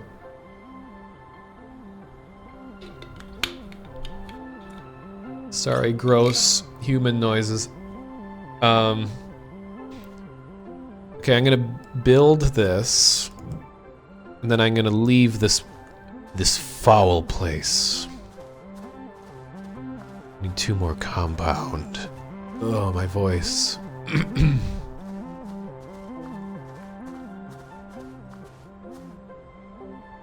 Well, the funny thing is that, yeah, I have so many contradictions in my life, like in my personality. Even though I was willing to make an exception. Wait, okay, let me start over. I like living minimally, and I don't like owning things. Like, if I like getting rid of stuff, and I'm really weird in that way. But, like, when I was going to move into my dorm my freshman year of college, that my bedroom that had been relatively the same ever since, you know, my parents' house, but almost the same ever since I was born. And I just did this huge, like, purging of tons of stuff. I donated almost all of my clothes and just I got rid of like 4 years worth of monthly PC Gamer magazines, and I just gave them away for free on Craigslist to a guy who ended up being kind of a big internet personality, and I had no idea. Because I just met up with him with my dad, because I didn't want to get shanked or something, because it's Craigslist. And this is my dad's SUV, and we had like tons of magazines. It weighed a lot, and he just backed up into a gas station somewhere, and I met up with this guy, and he was like, "Oh, thank you so much. Like, I really didn't want to see these just, you know, get thrown away," which I wasn't going to throw them away, but I said on the Craigslist ad, if I can't find anyone to give it to, I'm probably going to throw it away just to get someone to take them. He gladly took all the magazines. But yeah, and then I ended up finding him on YouTube. Like, whoa, this guy's actually like pretty big, and he does like game design tutorials in Unity and stuff. And I was like, dang, I'm glad it went to a good cause. It didn't just go to some guy that was taking it just to take it. Like, he actually was going to put them to good use. So that ended up being a good story. Okay, I'm going the wrong way. But anyway, what I was going to say is I have kind of the contradiction of where I like to get rid of a lot of stuff, but I don't like just having things. So my apartment is pretty empty, relatively empty. But then I thought these Star Wars figures are really cool, but I don't just have a big shelf of figures. Because for a while I was considering trying to be a part of the 501. The whole like hardcore Star Wars Empire cosplaying group, which they don't call it cosplaying, but because I thought it was just such a cool idea that you would actually get all the pieces individually and you would cut them out and print them, and they're like perfectly accurate to the film. I was considering being a part of that, and I'm like, oh god, it's going to be so expensive and time consuming. So instead I settled on getting a really detailed, where am I going? Settled on getting a really detailed little figure, this Bandai model of the Stormtrooper. So like I fulfilled that fantasy by just putting this figure together instead of getting a life-size costume. And then I'm like, oh god, then I'd have to find where to put this whole thing, and it would weigh a bunch, and ugh. So I don't have, long story short, I don't have a shelf for any of these figures. They're all just kind of hiding. I don't keep them in boxes or anything. I just like, I'll set them up in an interesting scene, and then I leave them on a table. And then like when I'm bored, I'll go and put them in a different scene, and then I'll like leave them there. Oops.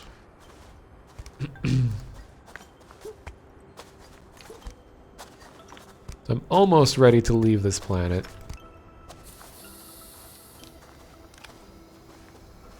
After this, I'm gonna have to get fuel.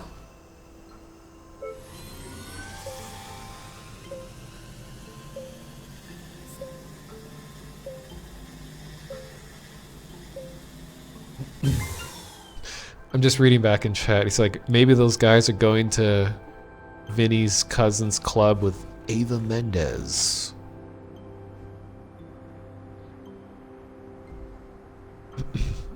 I'm reading Jetto Stottle talking about his figure.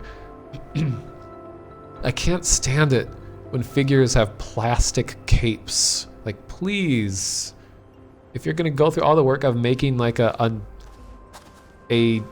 higher level of detail figure. Like, you know, it's not just like a kid's play thing that's supposed to be durable. Like, if you're gonna go through all the work of doing that, just make a cloth cape. Don't want plastic garbage capes that look like they've put too much starch in them. Seller and stuff, the figures, Star Wars, the Black Series, Japanese import figures. Archon, you say, can you have all this stuff you don't want? Well, the stuff I'm getting rid of is like clothes that I don't like anymore. So if you want a bunch of like clothes that don't fit really skinny people like me, I don't know, you can fly out to Minnesota and I'll give it to you. Or socks that have holes in them. You have 7 or 8 years worth of Game Informer magazines. That's cool. Actually, I live like blocks away from Game Informer's headquarters, and I actually applied to work for them. And I know the Game Informer people a little bit. Like, they come to events that I go to all the time. Never quality gaming here on Twitch, Astroneer.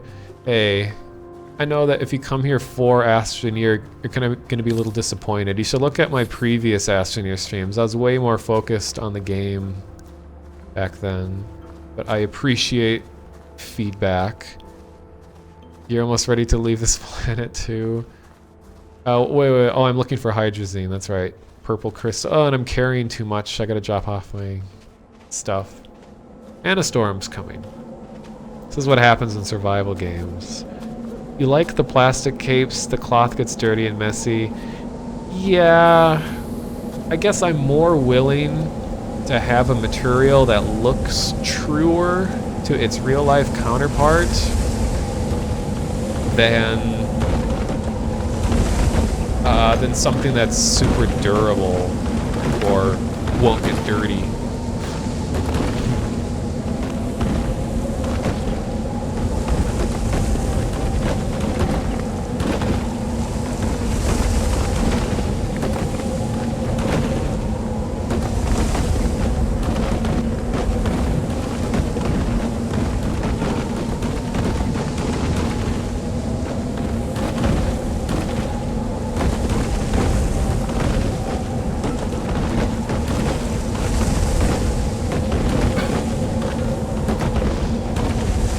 Actually, I forgot I could just click outside the game's window and it will turn the sound off. I love the sound of the storm, don't get me wrong, but it's like so loud when I'm trying to talk. Moths don't eat the plastic capes. Like, it's kind of a funny thing. Like, I know shoes and all kinds of stuff come with like mothballs.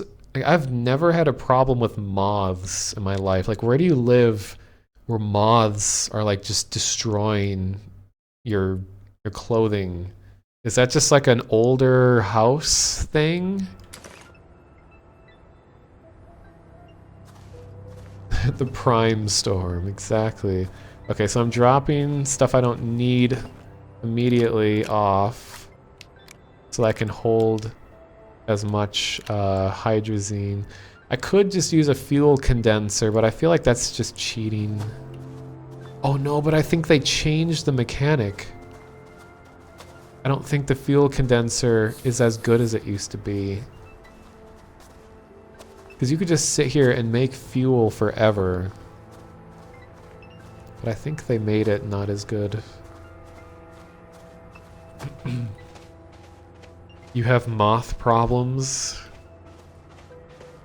Your house is 27 years old, so maybe it's just a Florida thing. I mean, the most that moths have ever been a problem for me is... I grew up with a lot of dogs who constantly needed to go outside. And in the summer, we just get huge amounts of moths that would fly around the light. If you open the door for like a fraction of a second, like 10 moths would fly in. So they weren't going around eating my clothes, but they're always just flying around. And, you know, moths are like the special cousin of butterflies, which I'm sure every scientist in the world would disagree with that statement, but you know, moths are just so dumb. It's ridiculous. So I just had to like catch them and put them back outside so that they could come back in again in an hour. Come on, you a little bit more. A little bit more. Oh, come on. Actually, I might get a condenser because I don't think there is any hydrazine nearby.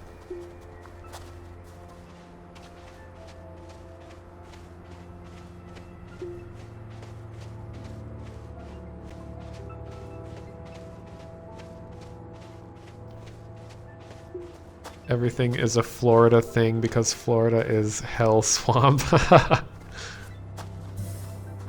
I've only been to Florida once, and that was when I went to Disney World when I was like, I don't know, 5. And we didn't really get the Florida experience. It didn't feel like I was in another state because I was just sitting in a gross, humid Disney World. But that was it. Okay, so the hydrazine, this is really satisfying. You plug it into the craft. Ooh, I like that noise. And I like how you see it empty out of the canister and go into the larger thing.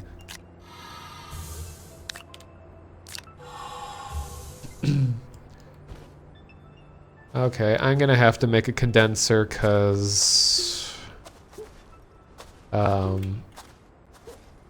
I didn't get lucky with this planet.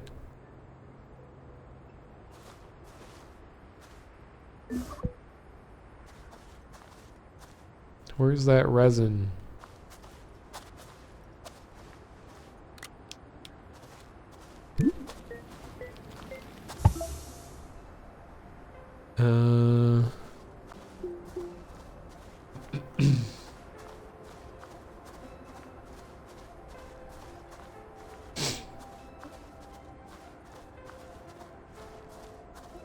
The Florida Tesseract. Now I'm really interested in what is being talked about here.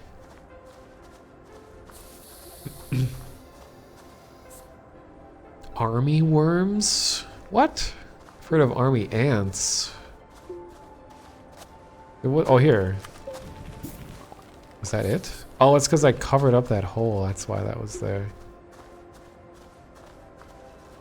We're being at elementary school and getting a big pile of army worms and squishing them? What?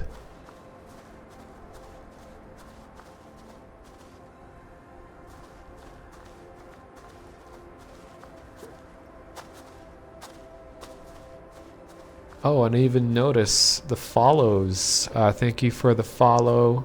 Soren the Zorark and Kalua24. Here's some resin. Resin.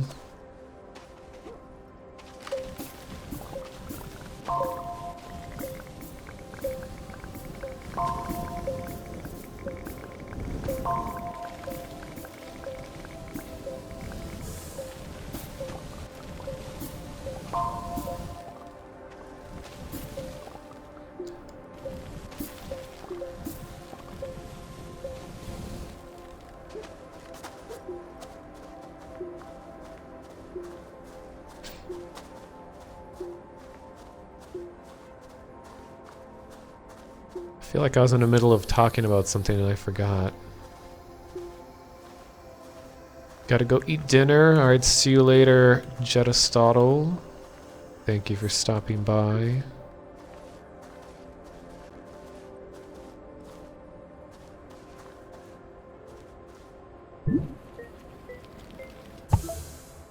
Oh no, that's not what I wanted to do.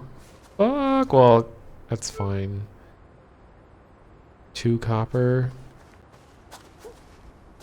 Never get me alive, copper. Okay, that's aluminum. Dang it, usually I can get by with not making a smelter or printer, but this is making it difficult.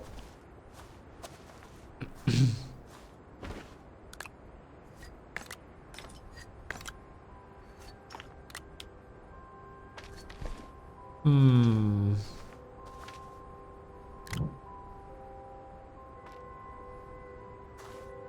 Is there any wreckage I can go to?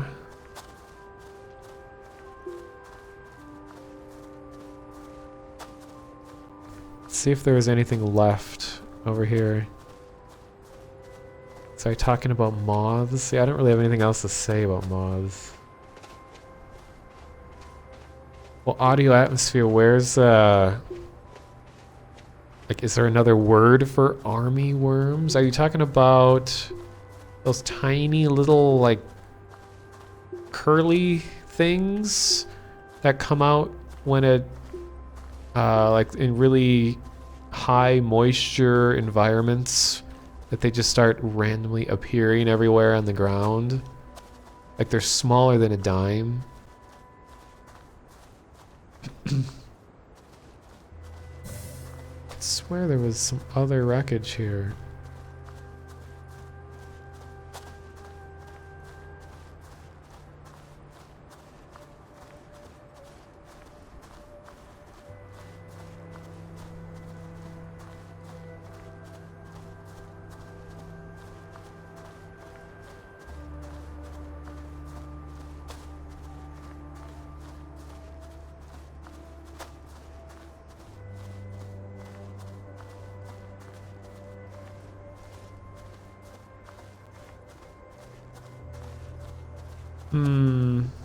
Oh, I see. It gave me a link. I'll click that in a sec.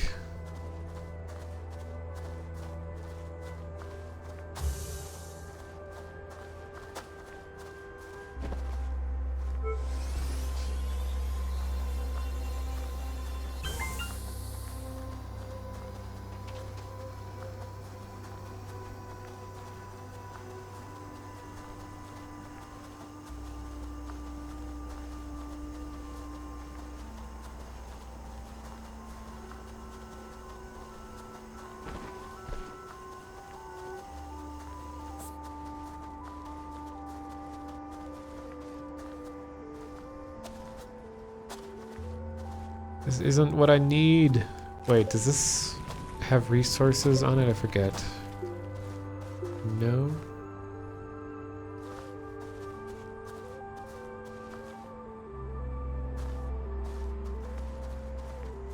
Could also, as part of the stream, to make it a little more interesting, is I should look for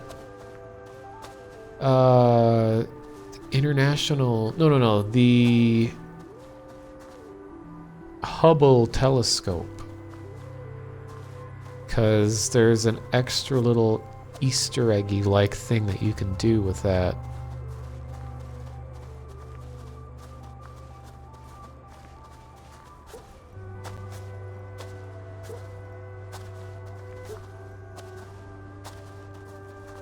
Whoa. Hey.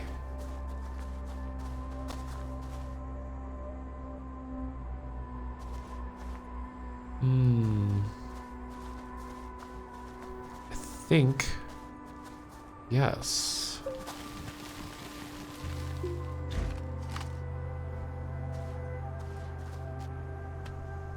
Yeah, these contain research.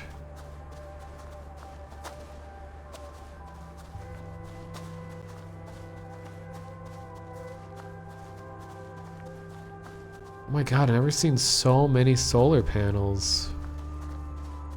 Usually you get like one per world.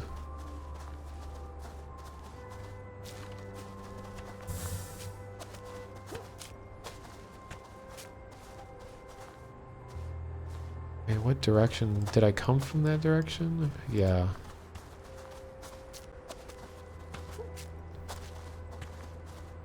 If you ever watched a NASA live stream on YouTube, listen to the ambient music as you eat your dinner. Now, is it the real NASA live stream, or is it all the hundreds of clickbait channels that just stream a looping video that was stolen from NASA's live stream? Because I saw that has become a thing. But yeah, I do I like watching the actual NASA one.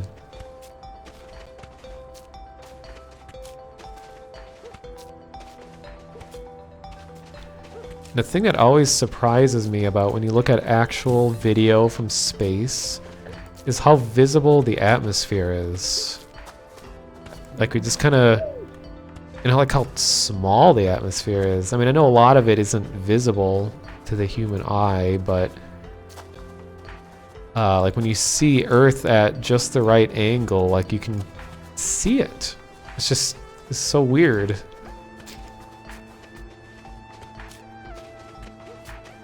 You forget that Earth is a lot more than just a big solid object covered in water. Like, you forget that there's just the amount of gases that are attached to the Earth or orbiting or whatever you would call it. The amount of gases like far exceed the amount of like space that it takes up. I don't know. I can't science very well. I can't. What is? I am out of words. I can't astronomy. Maybe that's what I'm looking for.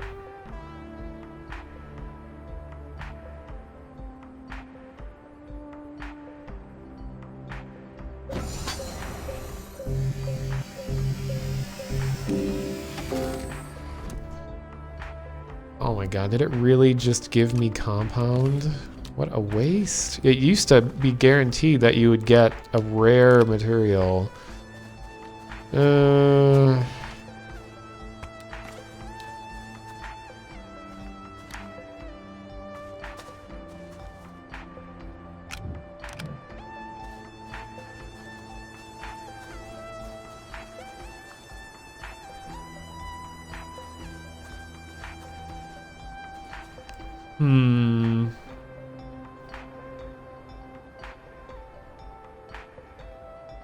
I'm debating what I should do.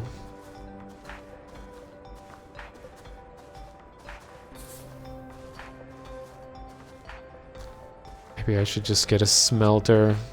Helter smelter. I don't know if anyone's been e-stalking me, but there's I've been playing this game, this VR game called Sound Boxing, which is a pretty bad name, but the game itself is really cool.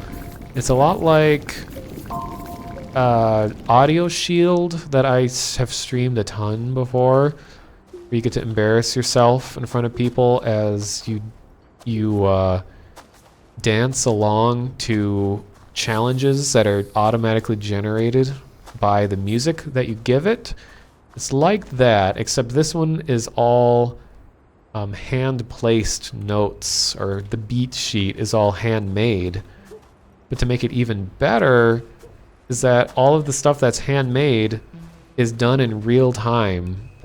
So I've been spending a great deal of time not only just sweating my balls off, but actually making beat sheets for songs so then other people can play it and enjoy it. Because some people just really don't like having to make their own content.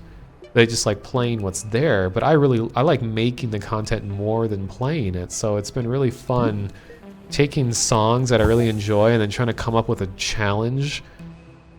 So this game is a lot more about there's a lot more about posing the right way, like rapidly changing your poses, than it is striking notes. Like Audio Shield is a lot more about kind of like fighting the beats that are coming at you, or is this one's a lot more about just like kind of frantically changing the different poses that you're into, and it's been really entertaining, and I sweat so much more when I play this game than Audio Shield. Like, this one is way better of a workout.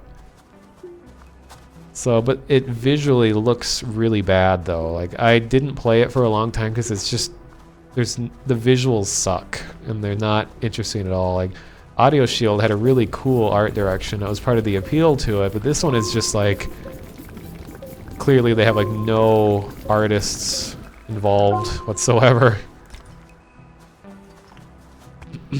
One thing that's really cool though about soundboxing is that when you're recording a challenge, like it just gives you a virtual force field, and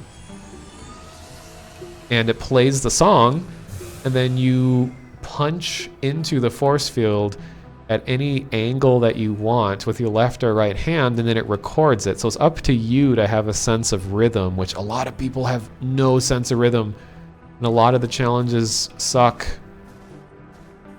because they're just so bad and they don't really have any creativity. But you can rate stuff, so like the good stuff comes to the surface.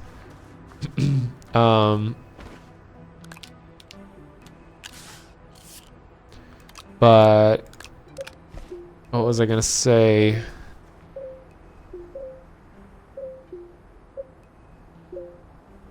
Oh yeah, so it's interesting having to actually learn a song well enough that you can anticipate when there's going to be a big musical change in like key signature or phrasing or something like that to make it a fun challenge. But then of course, with any sort of rhythm-based video game, like 90% of all of the music that's on there right now is just like nightcore or whatever that's called. And just tons of anime stuff.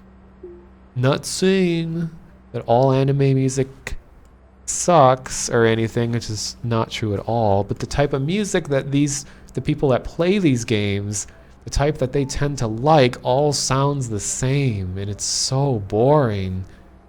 So I'm trying to go out there and put a lot of interesting video game music on there. Like I have some Earthbound songs, and I did the entire FF6 opera scene in a rhythm game because I know the opera scene so well. Like I know every note of it, so I actually created like a big 16-minute long opera scene challenge, and it has like 2,000 something beats that you have to do correctly. Okay, I gotta think here. And I also did a lot of Mega Man music, and I did music from the movie Amelie, which Amelie is one of my all-time favorite films, and I like it a lot. Especially the music.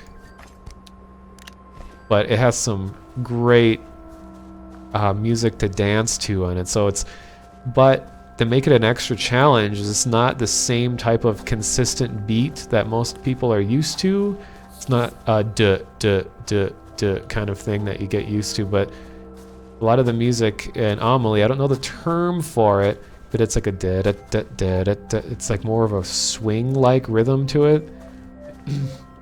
Like one of the songs goes like do do do do do da ding da da ding da da ding da da da da da da ding da da ding da da ding da da da da da ding da da ding da da ding da da ding da ding da da ding da da da.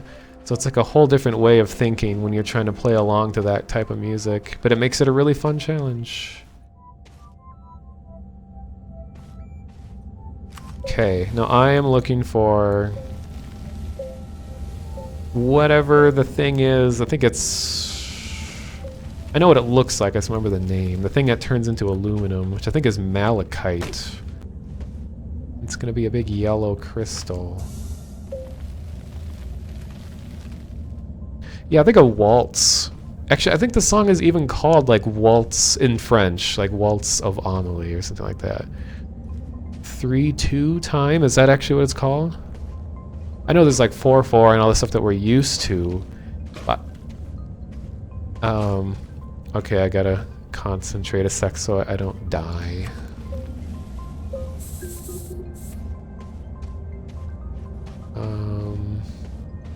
Also, so I don't get lost. So I should put space dong, ceiling dong, so I know that's the direction I should be going. God, God, it's so hard to find malachite here because I see a lot of laterite.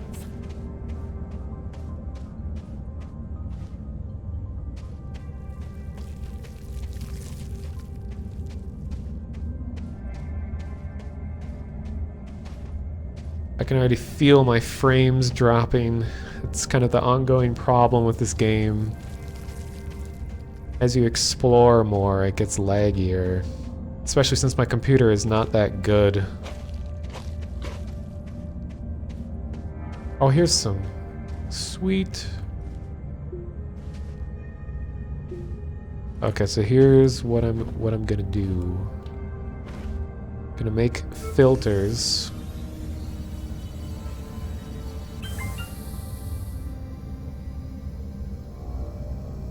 I'm pretty sure the red ones turn into copper. And well, wait. Actually, I think you're right. Here. I'll get 2 of both. Wait, I think laterite is... I have no idea. I remember thinking that it didn't make sense. So maybe if I'm trying to apply sense to it right now, it's not the right MO. Oh god, don't kill me.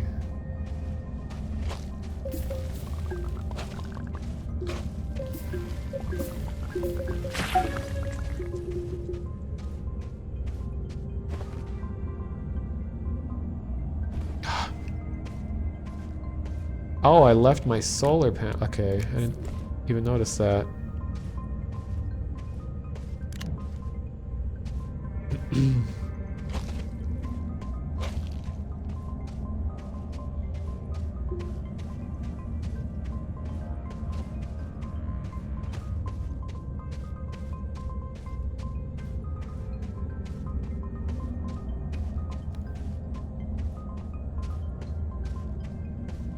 This is not the right way, is it?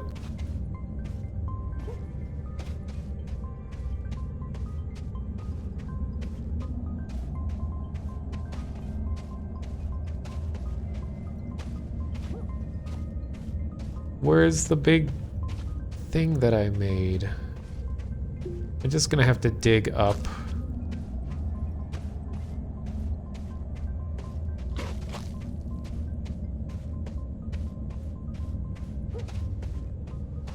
Oh, don't want to fall into that. Okay, this is the right way.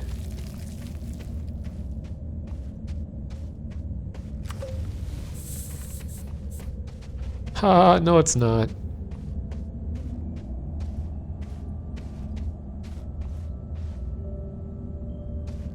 Hello, Chidiamele.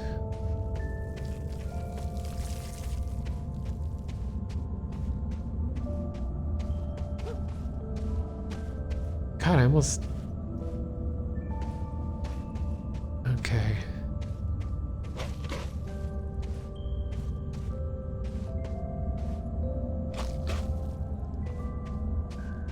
I know it's close to here. I'm recognizing this.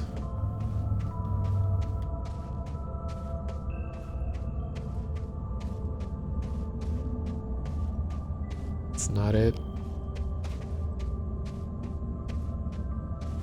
It's really unhelpful when you enter a cave with a big drop off.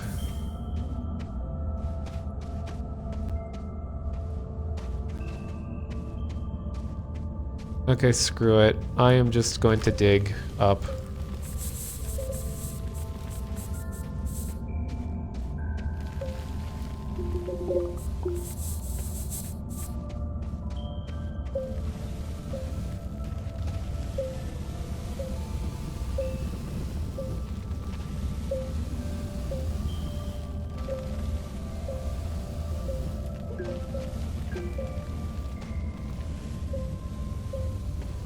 This camera does not like small spaces.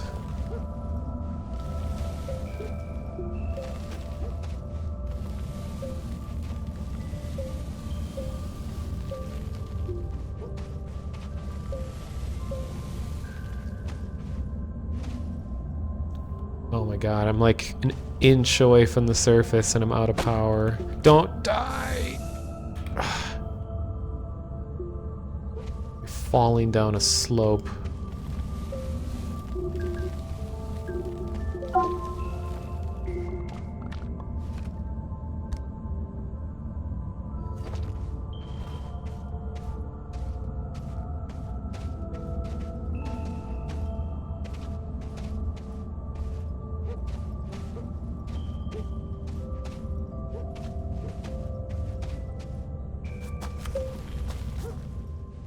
I love the glittery texture. Oh, this is great. Whoa. Oh, it's a cloud. I thought that was a huge floating island.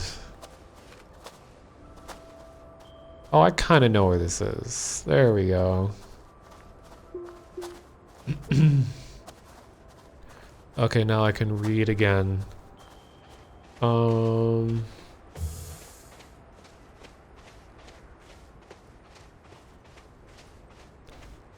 Opera scene, Mega Man Amelie, that sounds like a great playlist. Did you ever record it? Sounds like something it would have made for a very engaging stream. Well, it's the thing is when you make beat sheets for the game, it's saved in their archive permanently. So if anyone has the game, you can go and play the challenges that I made.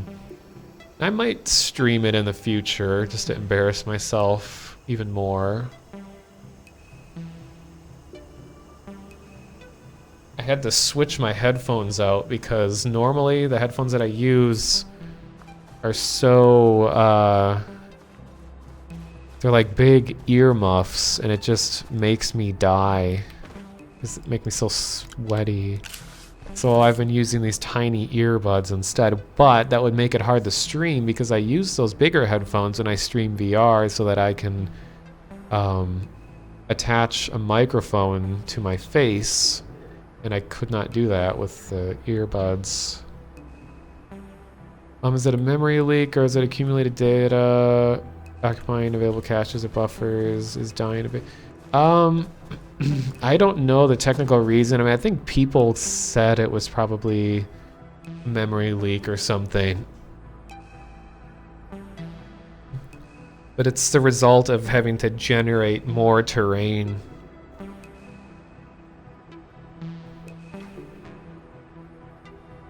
What mic do I use for VR? I use the same one that I'm using now. It's a little XLR lavalier mic. I don't remember the exact name of it. The box is on the other side of the room. It wasn't that expensive, but the fact that it's XLR and I have it plugged into my mixer with phantom power. But just the fact that it's XLR just makes it so much better than just a USB mic, in my opinion. And I got a lavalier because I can get a huge extension on it and it's tiny, so I can attach it to things. So maybe if I clip it to my shirt instead of the headphones, maybe it'd work out better in VR. I don't know. Okay, so I'm putting laterite in. Let's see what it turns into.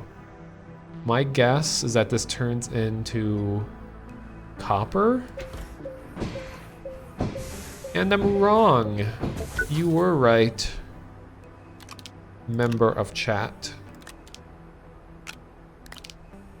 So the red laterite turns into copper, or turns into aluminum.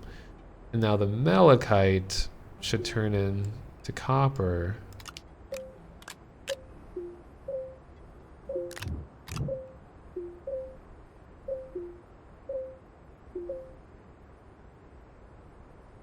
It's kind of funny.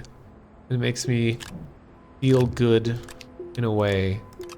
Is that when I watch people stream VR stuff for the first time, especially if it's Vive, where you're going to be walking around, and I see people like have huge amounts of problems trying to get it to work, and their audio quality is like really bad, and their webcam is really bad, and you can't see them at all. It's just like you see a tiny little piece of their upper half, and then their computer crashes a bunch of times, and then Steam VR doesn't work, and then the motion controllers don't track. I mean, there's so many things that can go wrong with it. Now I feel like, I don't know what happened. Like when I did my very first VR stream, it went so well.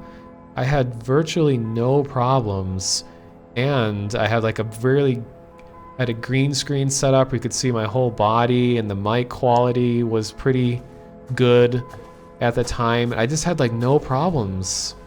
And I feel like that never happens. I guess I was just really lucky or something that it worked out so well.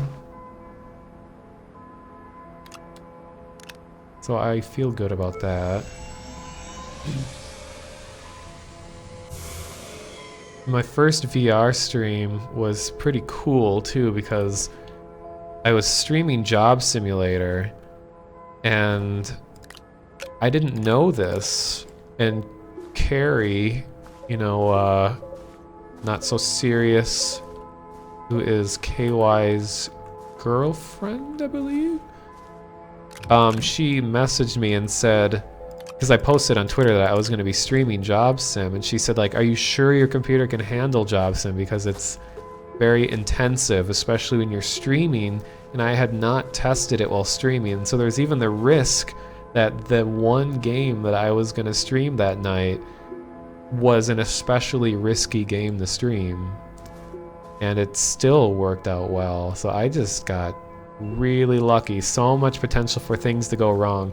But then there's a lot of attention brought to my stream too. I hadn't streamed in a long time, and then I got retweets from like a bunch of Vine Sauce people, and then people at Alchemy Labs were retweeting me, my stream. Like people who made Job Sim were tweeting out my stream. So there's so much pressure all on that one stream, and it went almost flawlessly.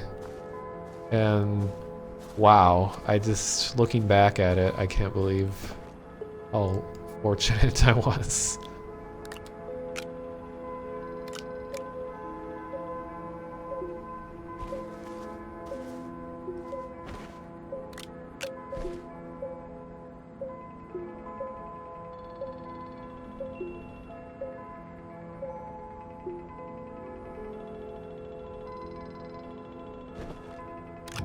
Okay.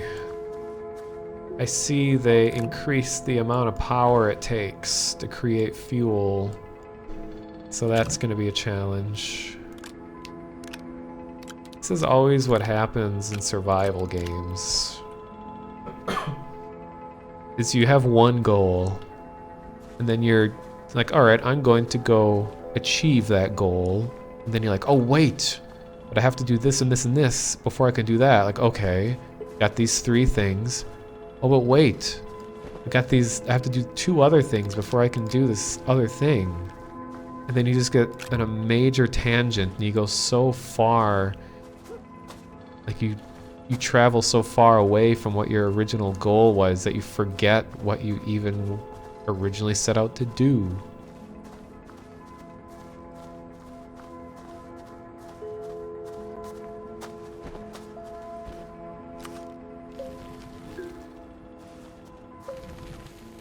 Come on.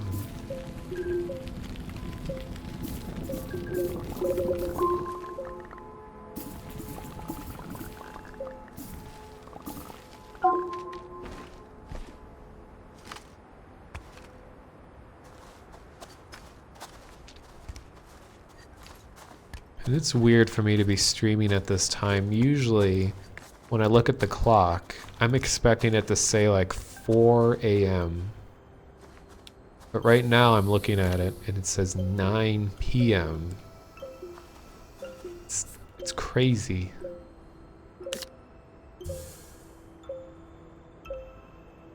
Okay, it looks like this is their way of balancing out the fuel condenser. It normally did not take nearly this much power to make 1 canister.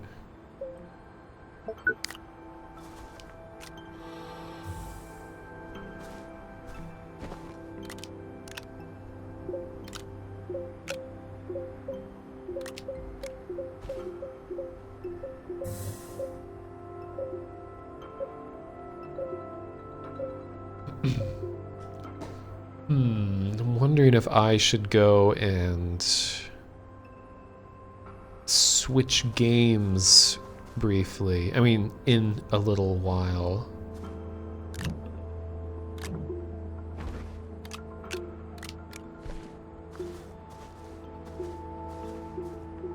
Because I was thinking I would stream this until Vinny streams, if he does.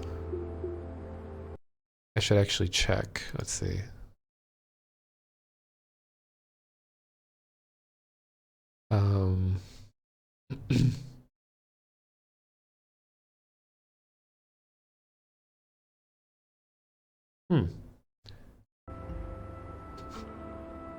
Oh yeah, I was gonna stream until Vinny streams if he does, and then do the Resident Evil 7 demo after that, and just kind of talk about that and just Resident Evil in general. But I don't know. I've been up for a very long time today. I don't know if I will even feel like streaming that late, because you know he can go pretty late.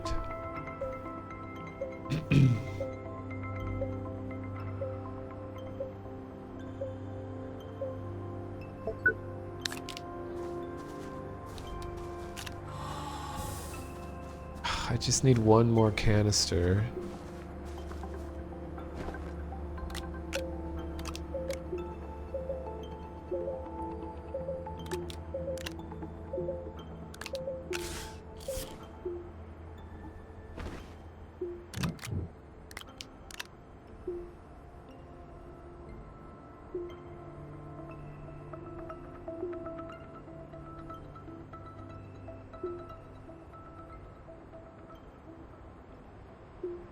Come on.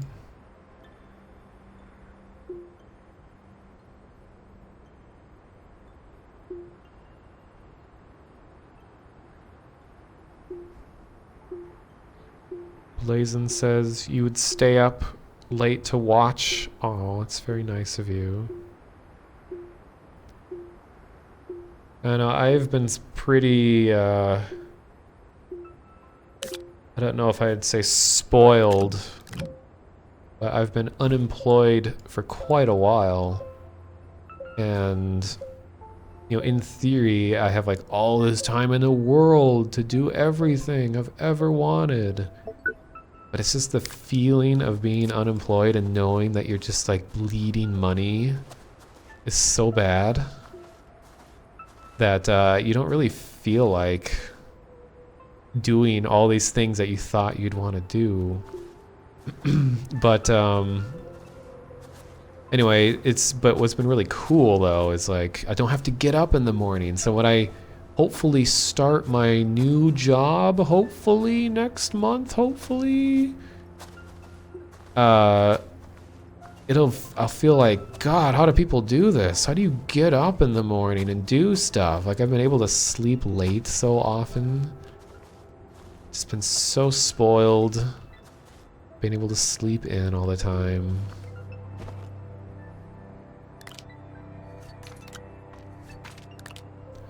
But one thing I never realized that sucks, I mean about where I live in particular, is I didn't realize how many people's dogs just bark constantly when their owners aren't home. Because I would usually be at work and I wouldn't even notice.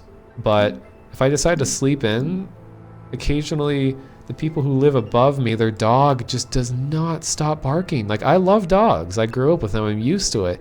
But this dog, like, just continually barks nonstop. It's got to be a tiny little dog that doesn't do anything but emit sound. And it just does not let up.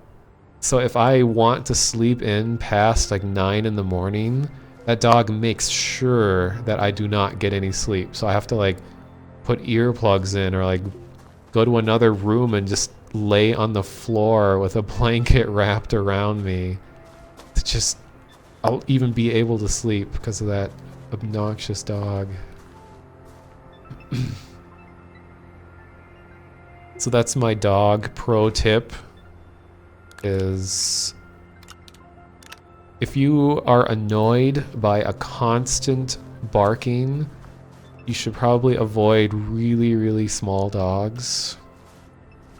But you should get like a medium-sized dog, because that way you actually have something that could defend you, that could be helpful and alert you to danger around you, might even attack a threat in your home, but it's not so big that it like destroys all your stuff. Okay, is this what I... Although I have enough.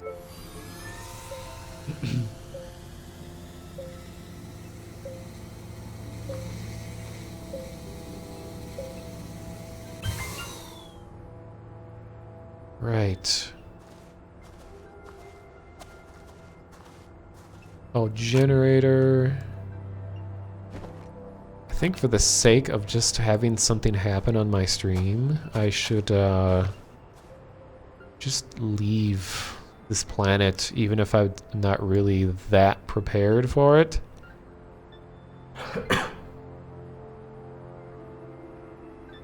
That's what happens when you compress a dog down to that size. I know. That's why I don't think you should ever purchase a dog only on the basis that you think it's cute. Like, you shouldn't treat it like... I mean, not just a dog, this goes for any animal, but you gotta take that extra step to think that, that this animal is gonna be with you for a very long time. Like, potentially 10 or more years of your life. If you buy it completely on the basis that you just think it's cute, well, guess what? It's not going to stay that cute, you know, as when it's young. I mean, animals can be pretty adorable at all ages, but it's just like, you got to think about their behaviors. Are they going to develop really annoying habits that you won't be able to train them not to do? Are they going to bark constantly? Are they going to do, I don't know. I'm just throwing words in the air. Okay, what is the other thing I have to do here? So when I take off and go to another planet, I don't think I'm going to go to the moon, because everybody goes to the moon and it's kind of boring.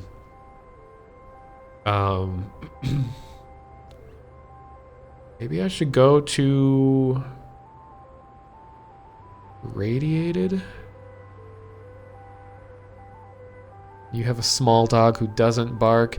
Yeah, I mean, I know there's always exceptions. Like, there's no way that you can say that every small dog is noisy. It's just, having grown up with lots of different dogs of lots of different sizes, that's one thing that I took away, is all of the ones that were very small sized, like under a foot tall, you know, when they're on all fours, they always ended up just, especially towards the end of their lives, when they can't hear very well and they kind of give up, which is really sad, but they just do nothing but just bark and bark and bark and bark and bark, and you can't get them to stop for the most part.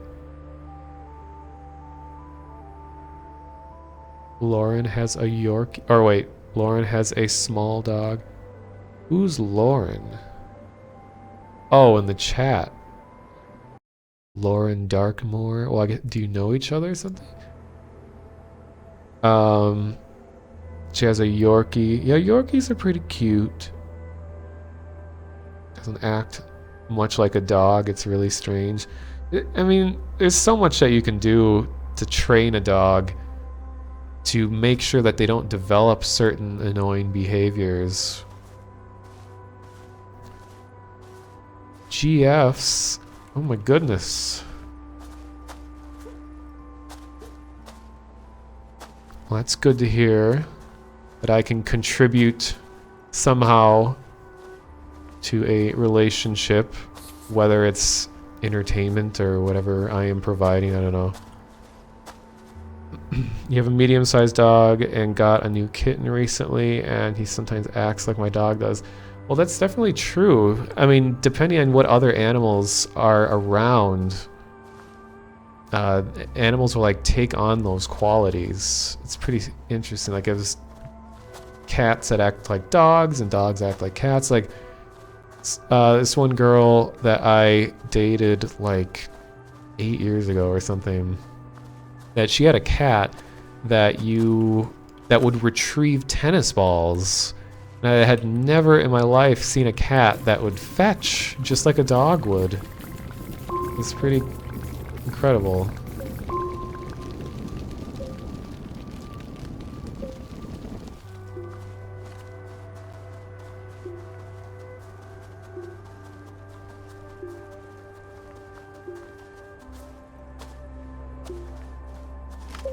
So this is just about this game. I had a really cool moment once where I had to sit and think about it for a while to realize what was happening. Like when I hover over my guy, how you see how it gives the cardinal directions. But I one time just got in the vehicle and just kept driving in one direction as far as I could. And I kept thinking to myself, okay, I'm just gonna keep going north. You know, just so I can stay driving the same way. And I kept going north and north and north.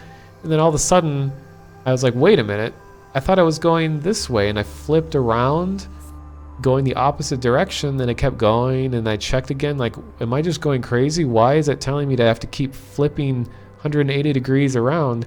And what it turned out what happened is I was at the North Pole.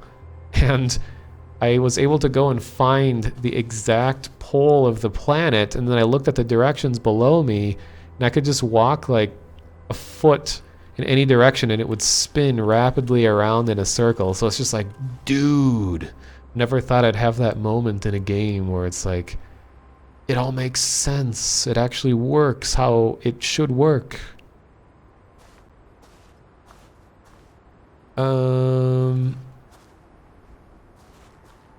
Okay, so the last thing I'm gonna do before I take off. Oh, and I already have it. I was gonna get some resin.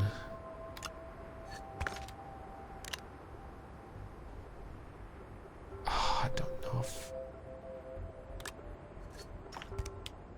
Here we go, 2 resin. But I need 3. Okay, I'll get 1 more resin. Yeah, the cat was able to carry the tennis balls. Well, okay, they were small tennis balls. I'll say that. They're like small dog sized.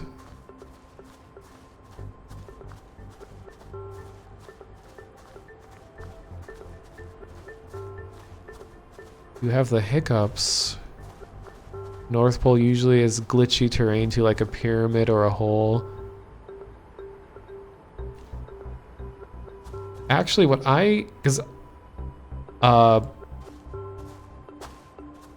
gonna say, I get hiccups pretty often, or at least I used to get them a lot more. And what actually helps for me is just to eat food, or like lay down and try to go to sleep, like if I'm tired.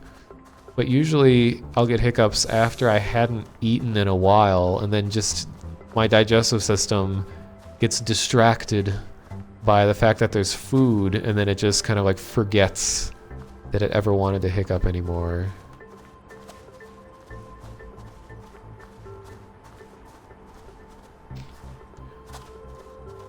I'm guessing you already know you can follow the stars, get back to your base. Like when I'm not streaming and I'm fully concentrated on this game, I do actually like look at where the sun is and how the stars are moving and all of that. But it's like, it feels so different when you're streaming, because I'm like really bad at multitasking, so I'm trying to think of things to say at the same time as playing the game.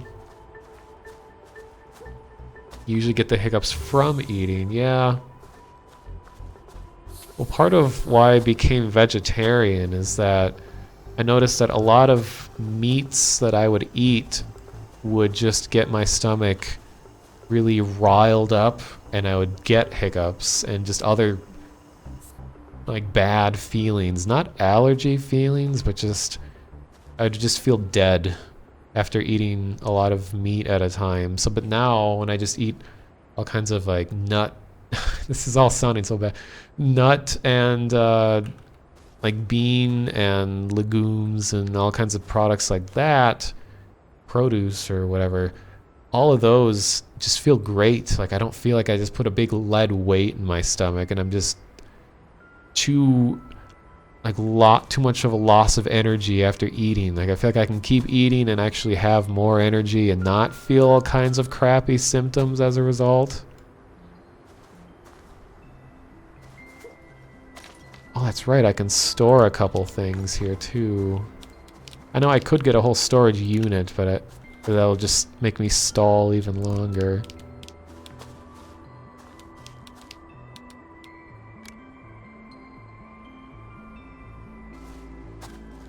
Oh yeah, it is also a lot cheaper to cut meat out of a diet.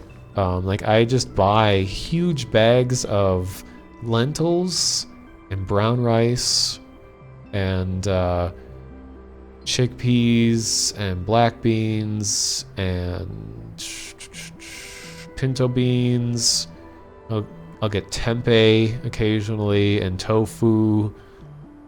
And then spinach, broccoli, and just stuff like that. And I just sort of mash it all up together in various ways. It's a lot cheaper, and it's all dry stuff. Like I can just buy a massive bag of rice that will last like years, as long as I don't let like bugs grow in it. All right. Very exciting moment. I'm gonna take off into space. Oh my god, I've been streaming almost 3 hours. I thought I would be in space by like 30 minutes in, but I was totally wrong. Okay, here I go.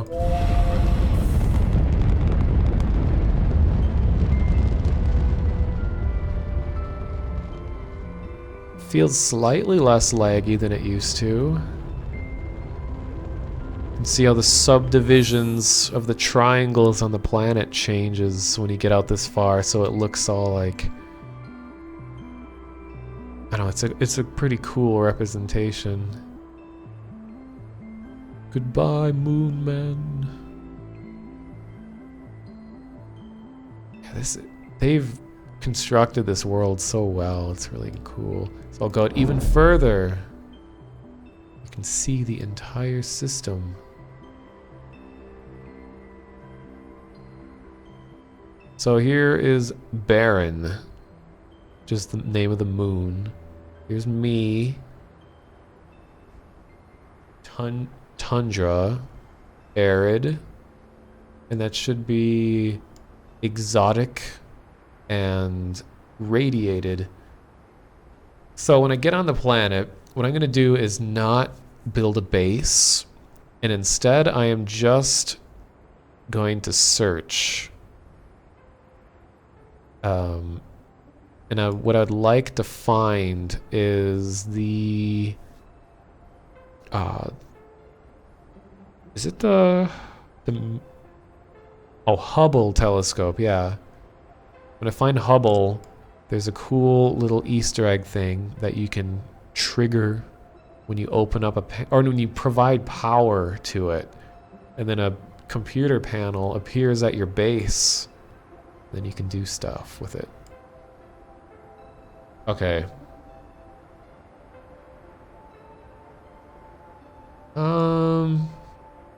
I really enjoy cold, wintry,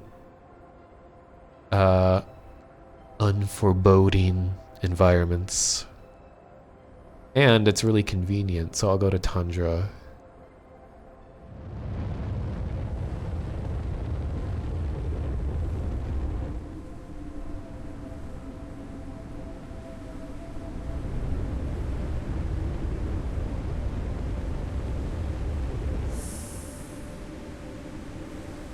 So why am I able to hear the planet when I'm like way out of the atmosphere like this?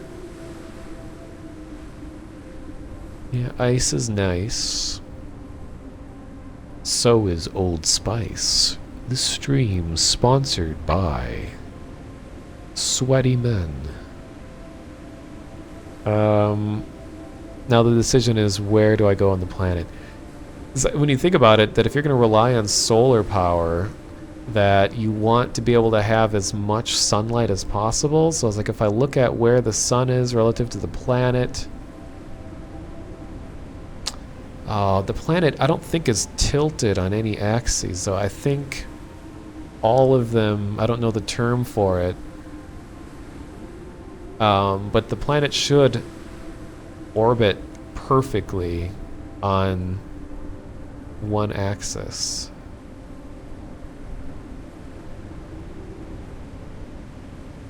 So that would mean that it wouldn't really matter if I was on one pole or the other, that I should get the same amount of sunlight anywhere, I think. Or at least the, well, I'm thinking about this wrong. I'm so bad at, like, trying to visualize how the physics work. Like, if I'll just watch and see what happens. So I'm in the shadow now. So it's daytime on the opposite end, and you can kind of see in the poles.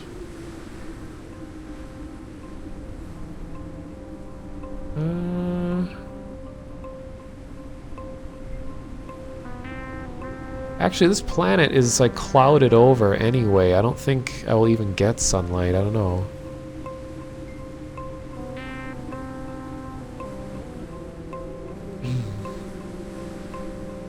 Okay, whatever. I'll just go on the equator right here.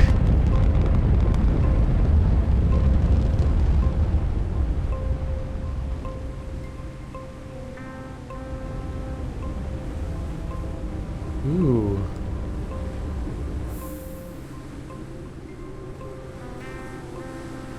Oh, nice. Landed right next to a whole bunch of research.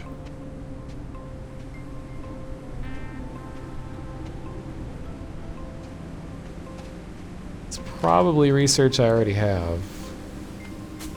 Actually, it's not.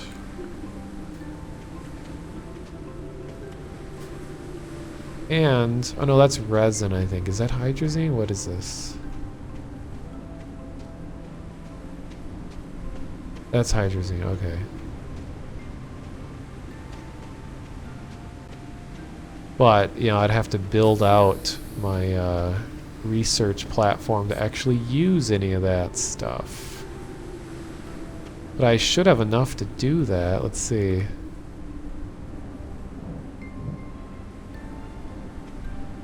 Wait, can I expand from? Oh yeah, here we go.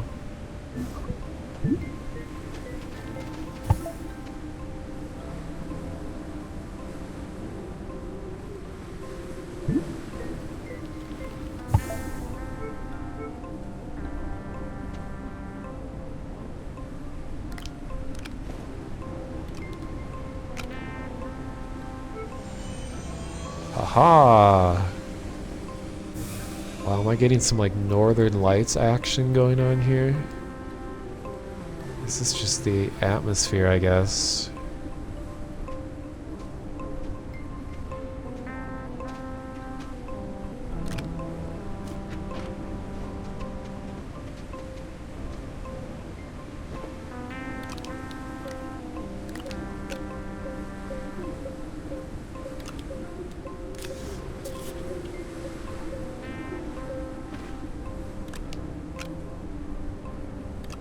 I feel like what they should have done with this planet is that there would just continuously be wind, but there would be no sunlight.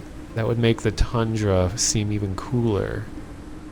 Pun intended. But it would be, it should just be so clouded over that you can't even see the stars. So you get no solar, but you have a whole lot of wind at all times.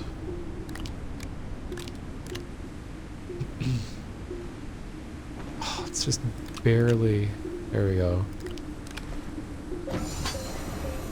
So I'm hoping this is titanium, or, oh wow, it's exactly what I wanted.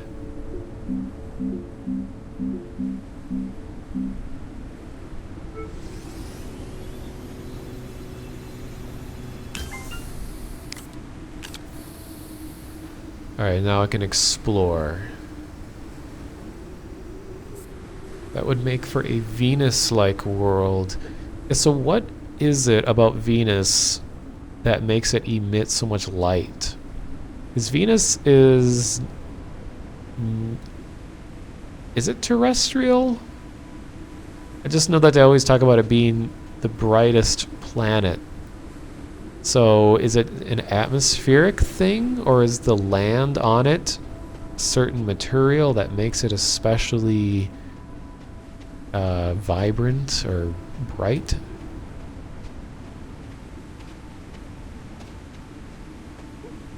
I also heard that Neptune is also extremely windy and clouded over. It's a reflection off clouds, so it is like a accumulation in the atmosphere.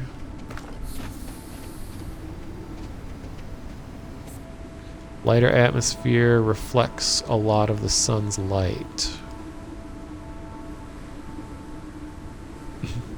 Lighter as in like the gases are lighter. Venus is a terrestrial world. It's the second closest to the sun and about the same size as Earth. Oh, this looks cool. Dang, I wonder if they purposely designed this to kind of look like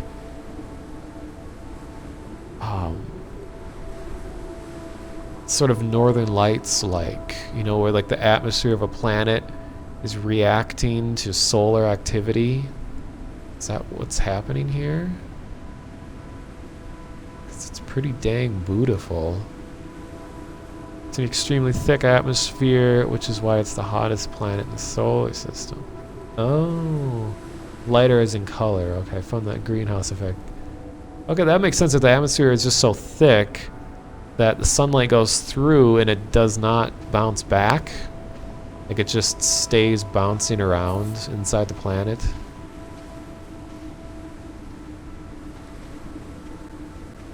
It's like 90% carbon dioxide.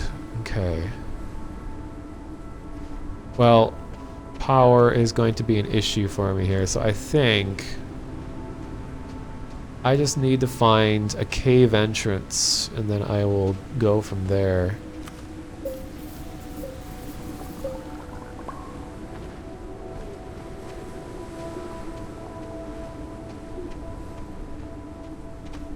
Because there is a ton of potential research here. Like all of these pylon-looking things are all research. But what I want are some space wreckage. Oh, and here's a titanium deposit. Is that a cave?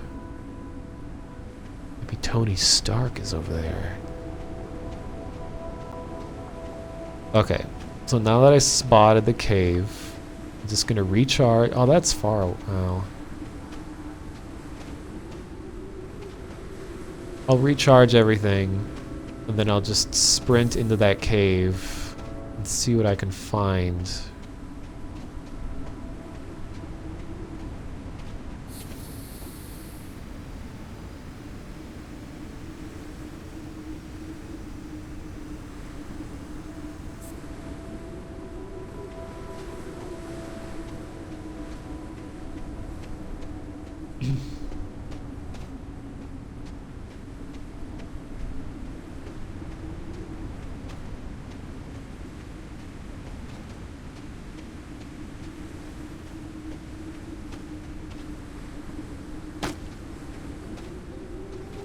Venus is terrestrial, the planet is so bright, atmosphere is so thick.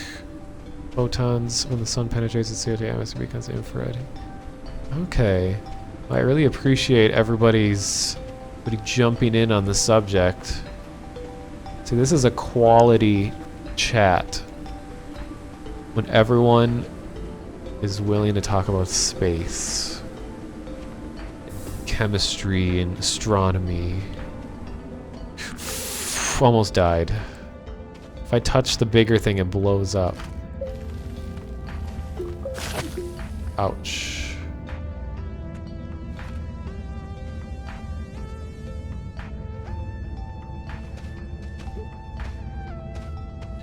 I mean, unfortunately, the differences in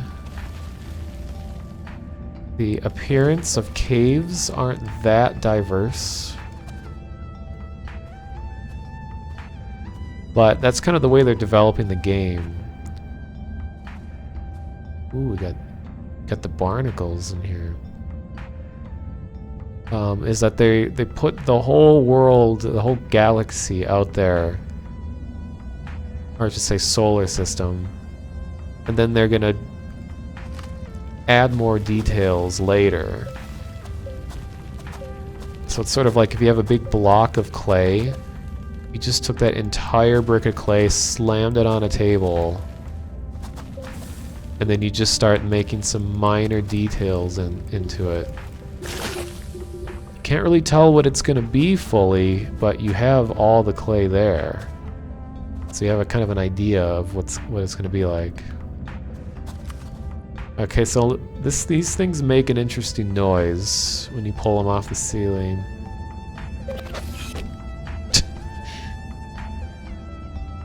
But if I touch them, it holds me in place and then it falls on me and kills me.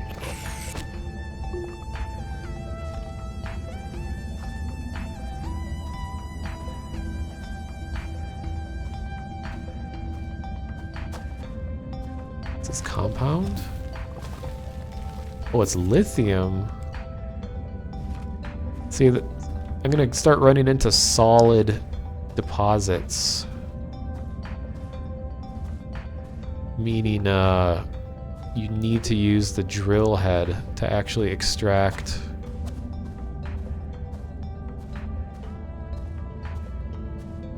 Yeah, like lithium. You'll get some pieces of lithium, but you have to actually drill it out of the ground with a vehicle. No, I don't want to waste that power.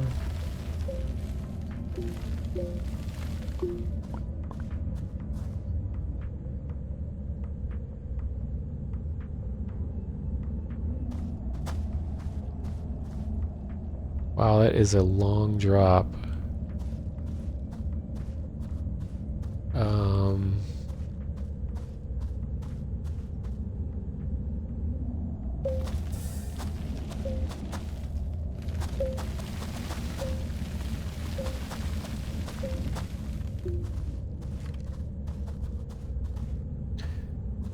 Yes, you can terraform.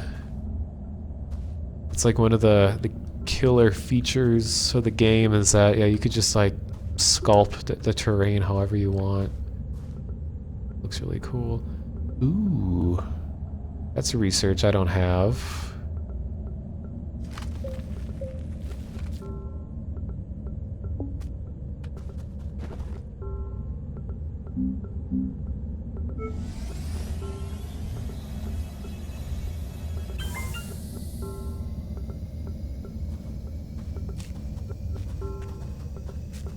This is the bubblegum research.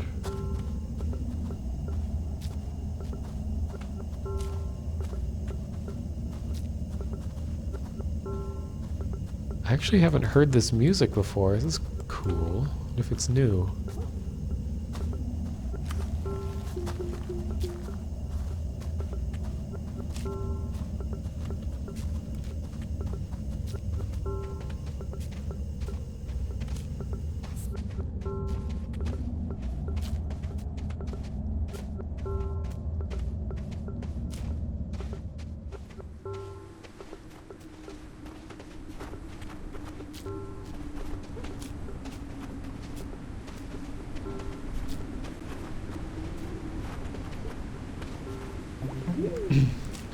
What you mean by terraform is like changing a planet on a global scale. You are able to make changes to the planet that are visible from space. Like people have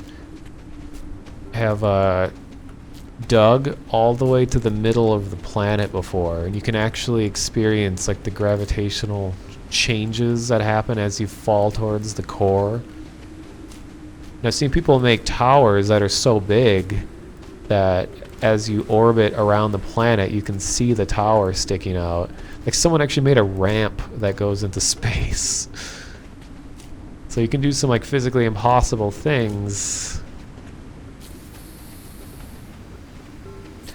You can't really change stuff on like a scientific level. Like, no, you can't really change the atmosphere or anything like that.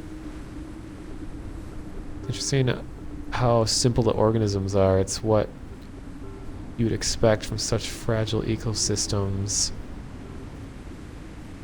Well, it is just like the interesting thing about life in general is like the amount of the amount of things that need to all be in place, the right balance of light and water and like certain nutrients and all of that needs to be in place for life. I mean, I know it seems like that'd be a quote on like a, trying to think of a nice term, on an average person's cube at a workplace, like an inspirational quote. But, oh nice, look at this, the sunrise.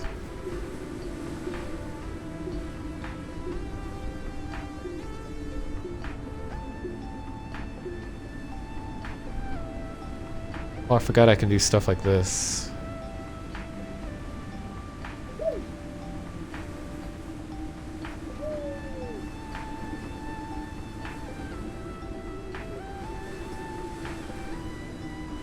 This game's so beautiful.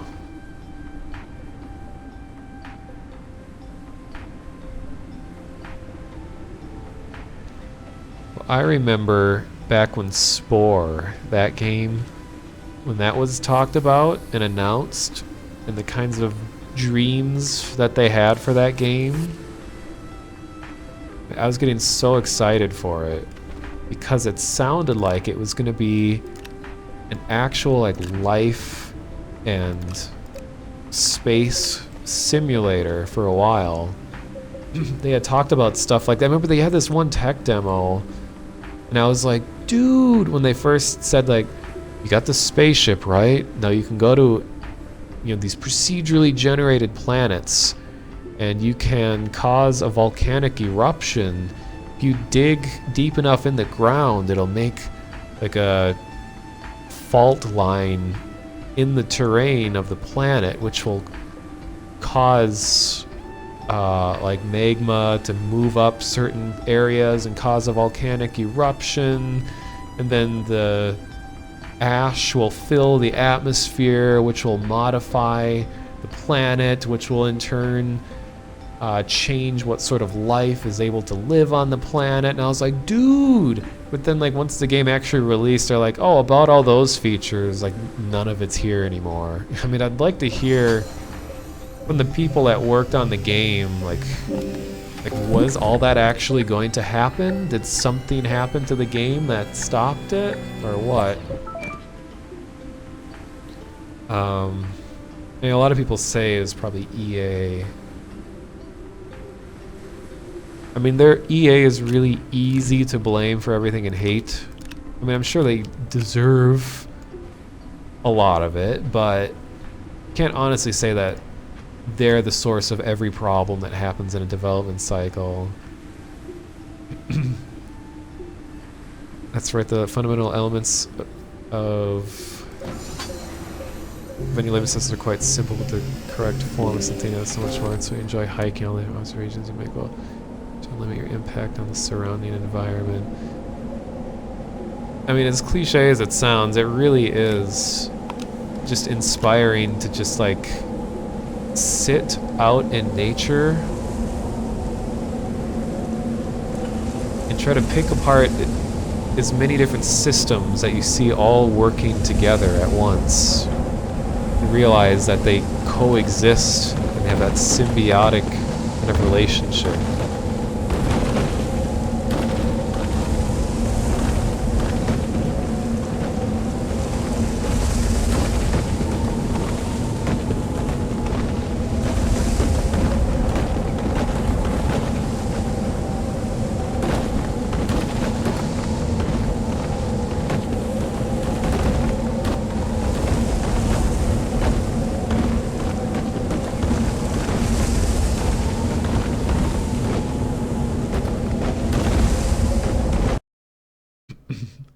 Just gonna click out while this is going on. Yeah, I mean, I definitely think that No Man's Sky has a lot of interesting things that it was trying to do. And I'm willing to bet that if you found someone who had no idea what No Man's Sky was and just showed them the game, they'd probably enjoy it and be like, oh, there's some interesting things going on here, blah, blah, blah. It's just like the story surrounding the game. I mean, like the life story. Well, the development and the people and all of that. It's like that. It so heavily influences what a lot of people's opinions were on it. But like on a technical level, it does a lot of cool, interesting things. Just like didn't meet the expectations for a lot of people. The team of Spore ended up dividing in half, one part wanting to make it scientific and deep and complex, but the others wanted to give it a cute creature created game, so they ended up compromising. It was a weird mix. Really? Like, was there any sort of documentary or detailed write-up about Spore somewhere? Because that game just went totally under the radar, like, after it released. And it makes me really sad. Like, I recently bought Spore for like $5. And I was like, oh yeah, that game. I forgot about that game.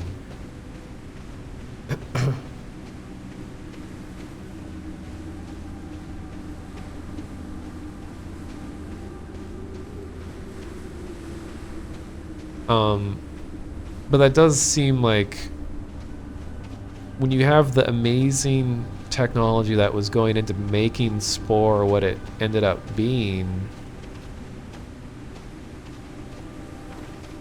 so you have the tech, and then you got to decide, like, what do we use this tech for?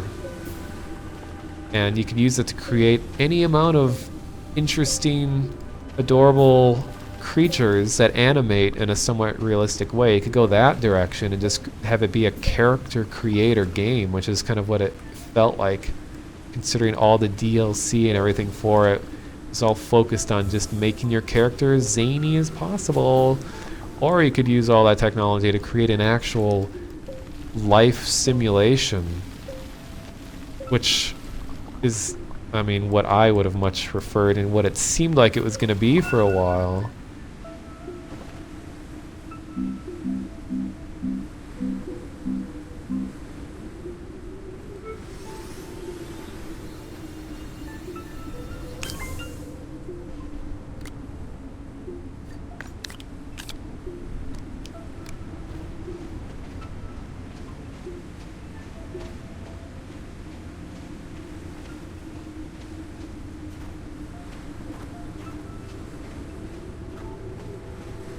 Oh my god, it's so bright.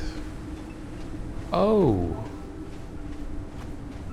It's a crashed thing up here. Might actually go back to Spore. I just found that it has a vibrant modding community. Interesting. I'm wondering what sort of mods they created for it. Like, have they turned it into what it was supposed to be?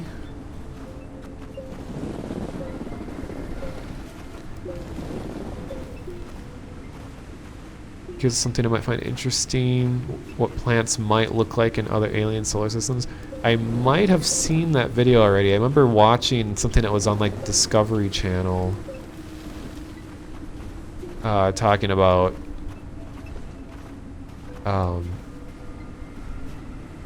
if life were to exist in other planets, what they would have to look like, or like how the environmental factors would affect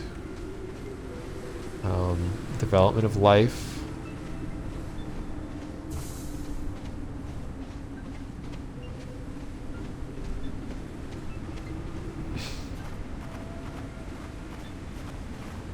Oh, here's another cave. Okay. Seems more interesting. Oop. I'll go to that cave instead. It's closer. Or is it? Yeah. And I got another tank I gotta recharge.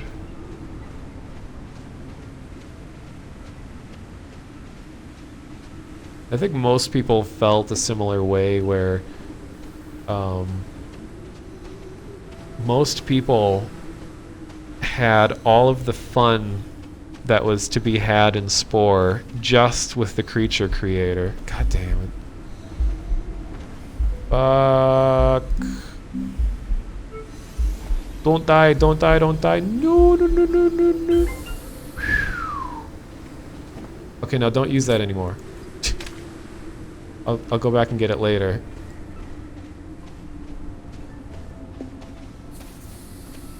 That was a waste, but...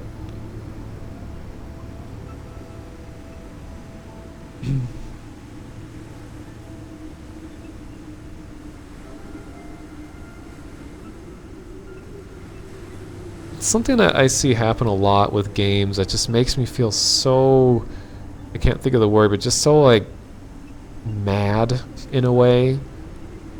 Is that when you have a major developer who creates a game that requires the invention of a whole new, unique system, and because of all the licensing and all the companies involved and just all of that crap that determines where things can and can't be used, all of that prevents it from being anything more than what their original plans were. Like, for example, something that upsets me so much is to know that GTA 5's the engine, like that engine that's capable of rendering such big, amazing worlds, that will only ever be GTA 5.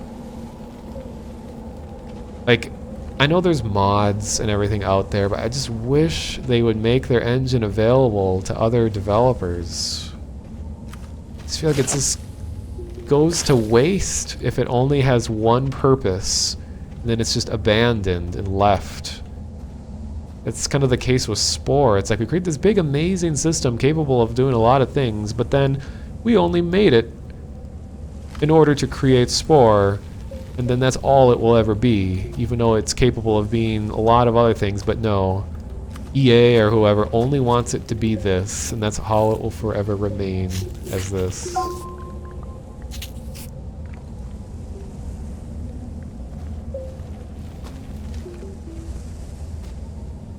What? Seed? This is new. What on earth?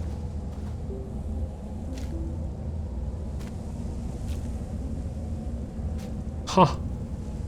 I don't know if I want to be planting those because they're disgusting, but interesting.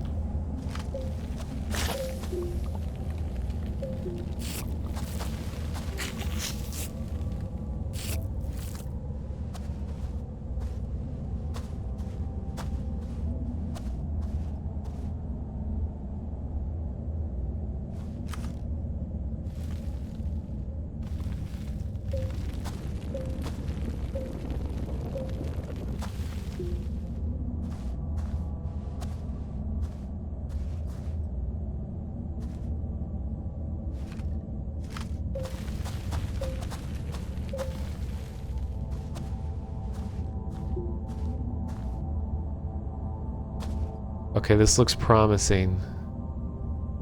This looks like a cave that could have wreckage. Because those caves tend to be widespread, but do not contain very many life forms.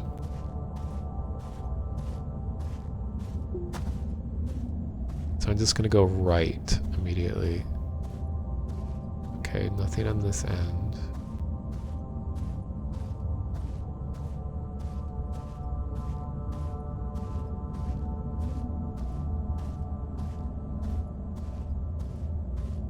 Oh wow, this really... Don't want to drop down all the way down there.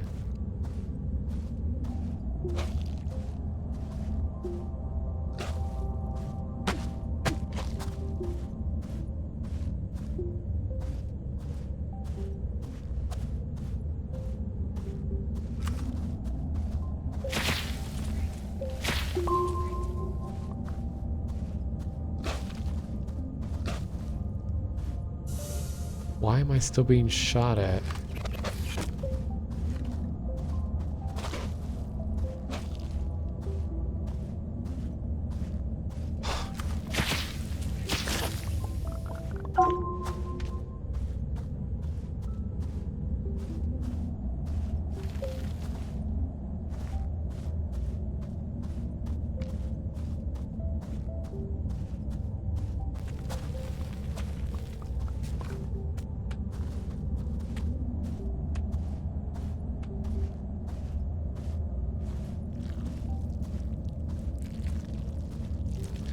Oh, that's right. I don't have any more filters, so I gotta leave. Uh-oh.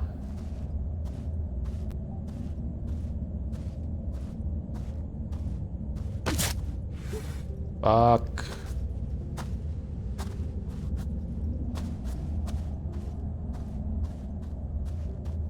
Maybe I will have to tether out here. That's the problem with when you're on a planet like this. Everything is more difficult, so there isn't going to be as much compound.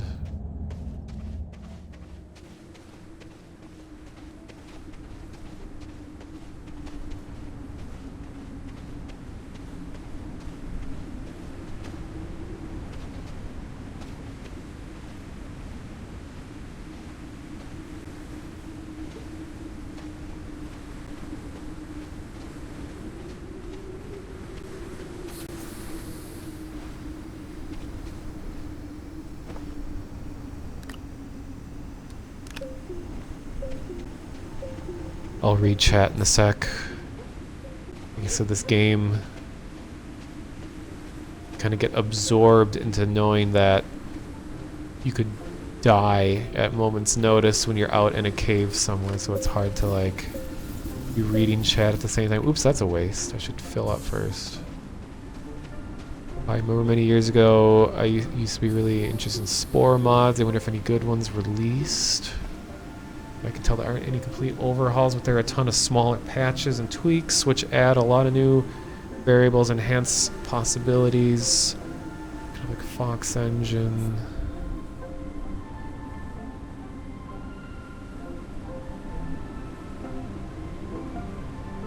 Yeah, so Fox Engine is just totally owned by Konami, right? Like, Kojima has no say over what is done with that engine.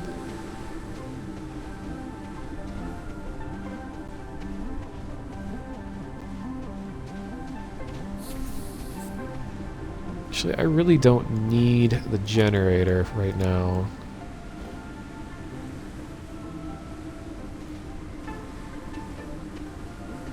Maybe I should bring the research over. Because all of these should, in theory, have research. Oh, and there's a cave right here. I keep getting distracted with different caves.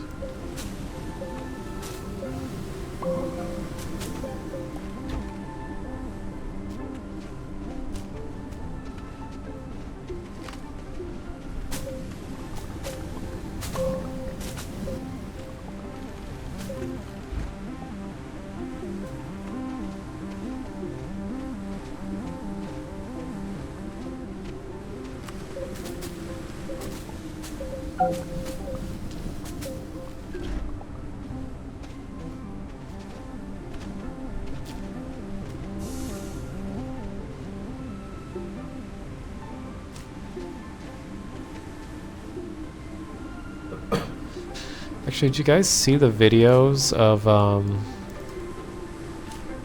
God, what was it was like, Snake Eater, different cutscenes remade with the modern day Fox engine. And I don't know if it was for the Plinko machines or whatever the hell that was.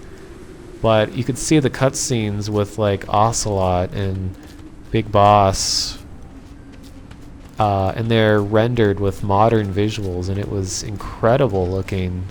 All the comments in the chat were like so sad So I assume that it was probably what was made for the Plinko machines.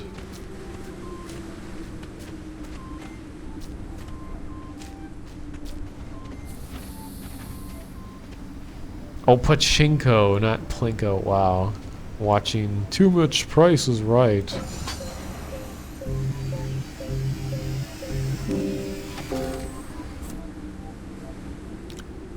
Nice. Compound is actually exactly what I was looking for. But now, I forgot that with this generator, I can just get huge amounts of power.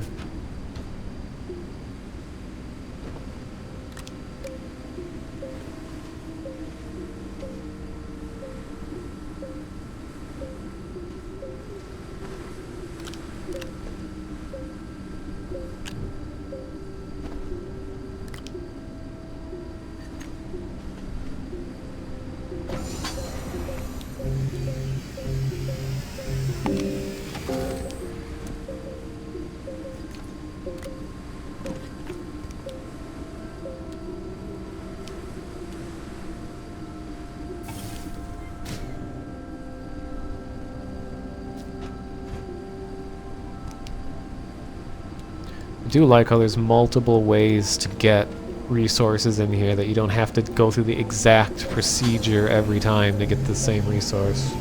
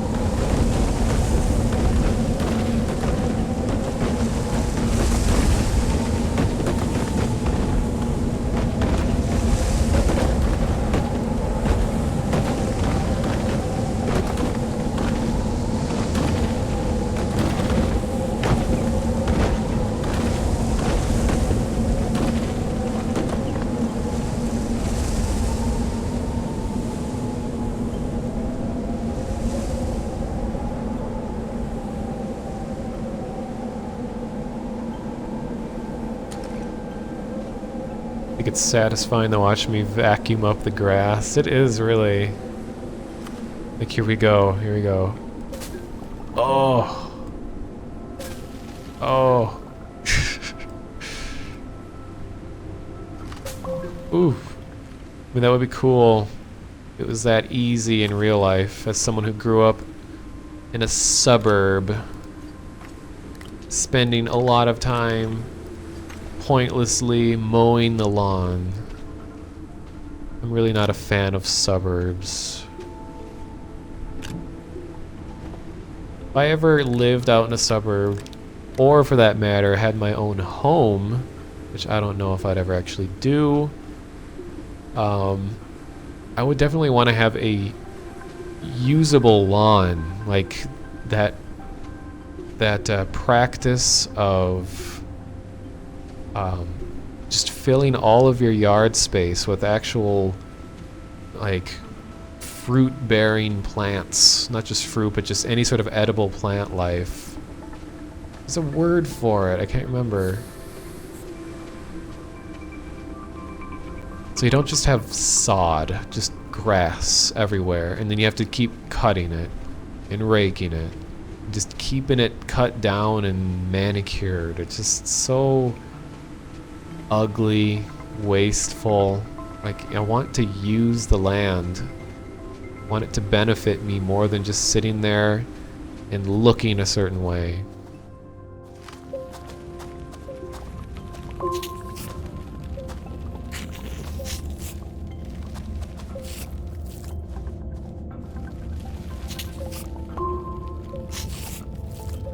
Oh my god, those sounds need to stop.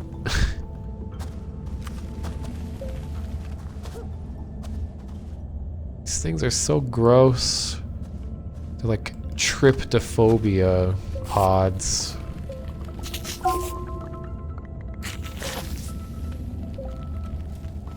I think I'm gonna go back to that other cave. This one does not look like one that would lead to cool stuff.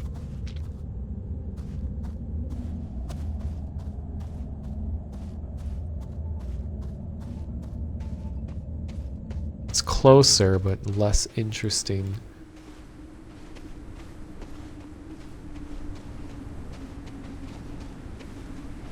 In Arizona, no one has grass lawns, just have rocks.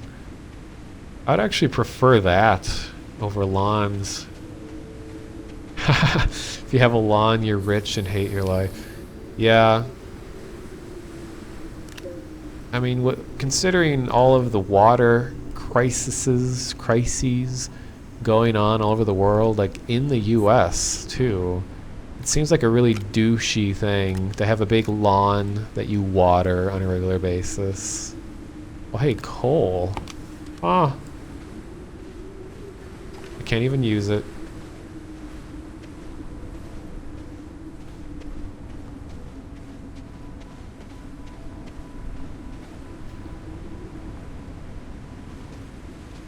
Oh, drought. That's the word I was looking for. Not water crisis.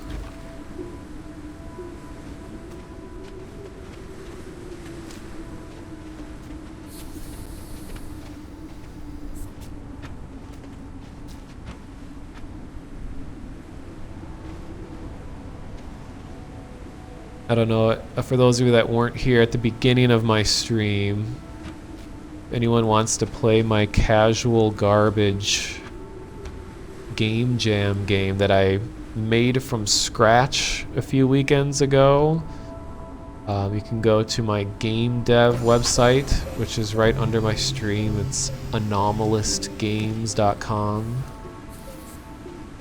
Yes, I love putting ist after words. But it's ANOMALIST games. I'm not trying to do anything interesting with it. It was just kind of, I had never created a game from nothing before. I mean, I used Unity, but like I did the code and the modeling, and I'm gonna be updating it more. It's just a simple little game where you just play a robot crab that hides from the waves. Oh yeah, and push spacebar to restart, because I hadn't gotten to having it automatically restart if you die, or just don't die.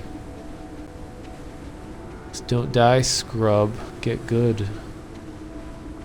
Where am I going? I'm trying to remember where that other cave was. I think that was...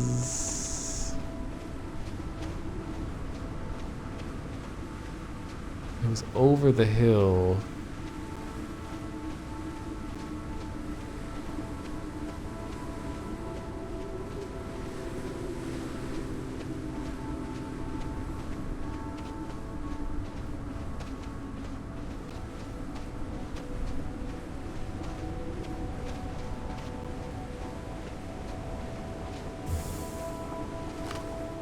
Is this what happened to all the seeds?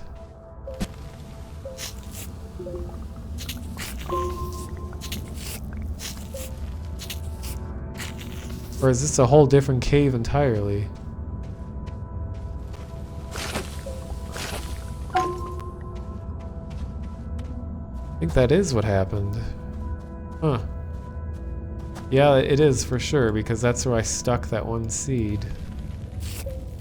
Great, so you can never totally get rid of these ugly things? I just want to throw them in the garbage.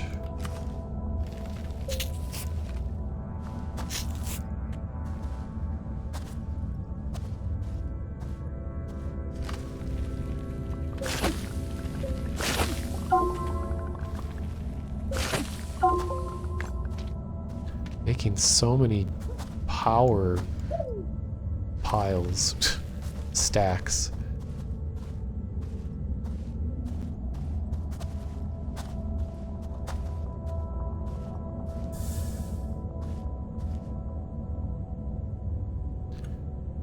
survive dinner, Jetastotle? That you had food poisoning.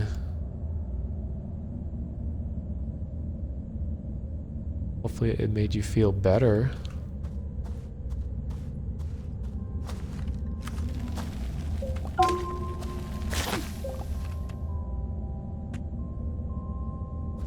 Great, I'm gonna have to find a way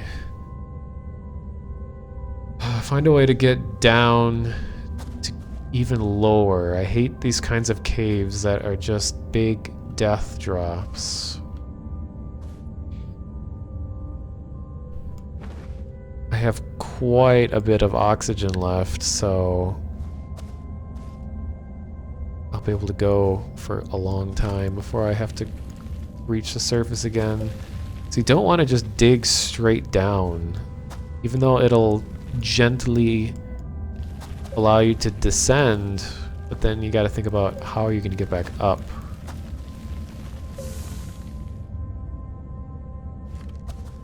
Coal deposits? I have never actually seen this before. Interesting. Wait. I gotta make a big space dongle so that I know where I'm going. I'll go left first.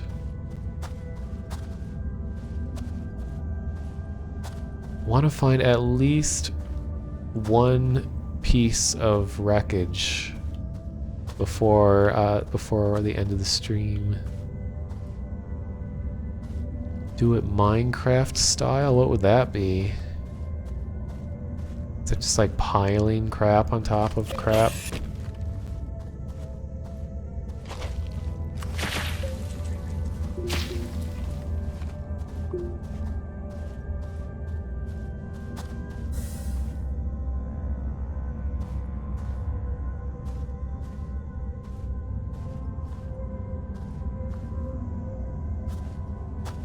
Ah, here's something interesting.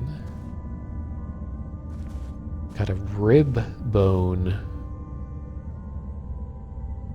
Oh, Jetastotle, that the food poisoning wasn't you? Oh, okay. For some reason I got that confused. I'll see you later, Damon.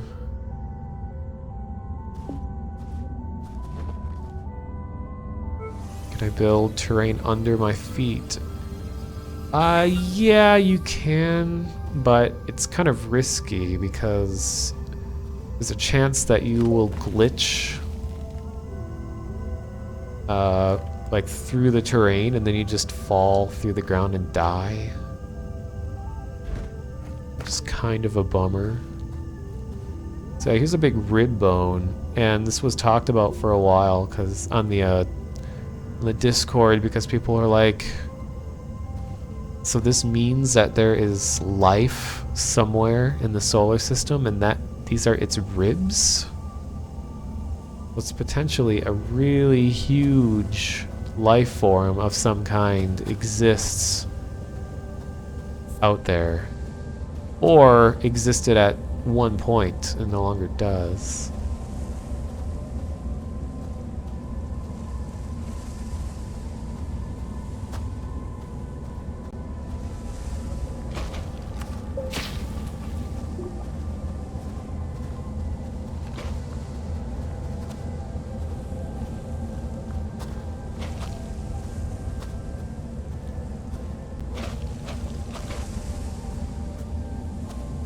Wow, this cave is huge. Was this an entrance? Oh no, it was... Huh.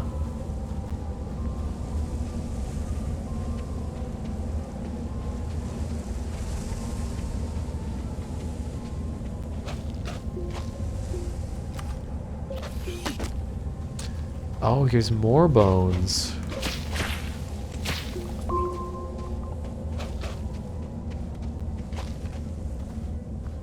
Oh, Noodles and Company is so good. I really wish I had that.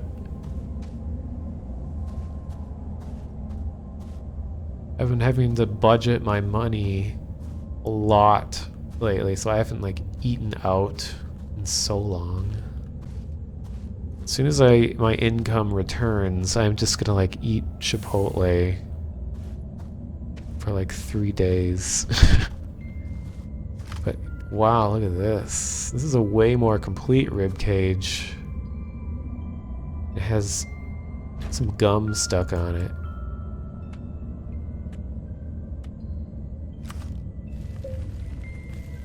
Whoa! So this is a huge creature.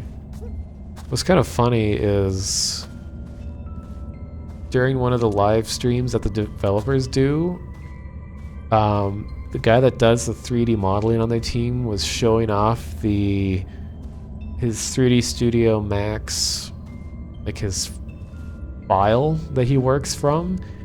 All the graphics in the game are all in one file, and they're all in the scene at the same time. I'm gonna forget how to get back.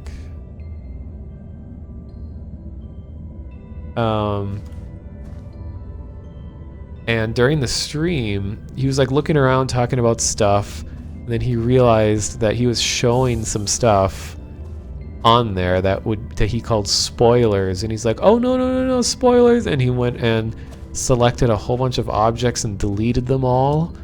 And he's like, okay, no more spoilers.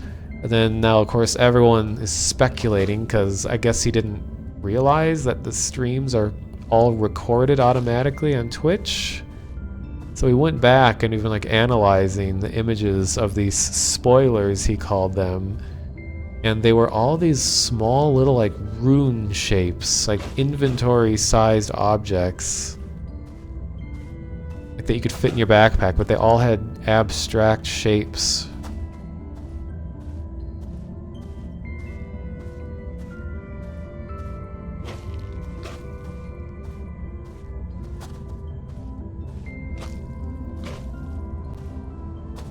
So we don't know what that's about.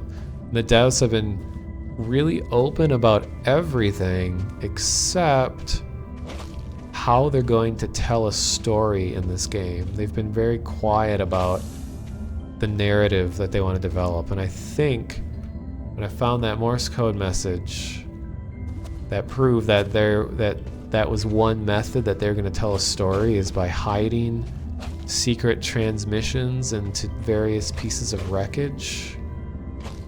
That might be one direction they're going to take it. Which I am totally open for that, because that was really cool to find that.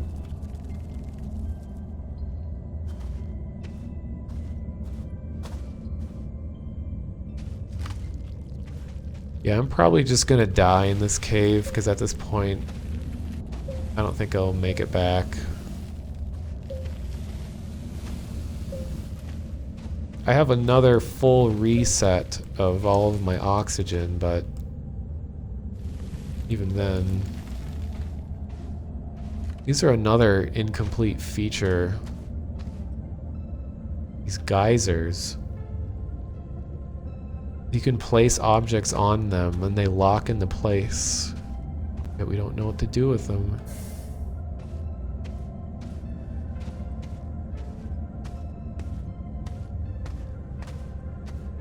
Ooh, I think I see some space wreckage.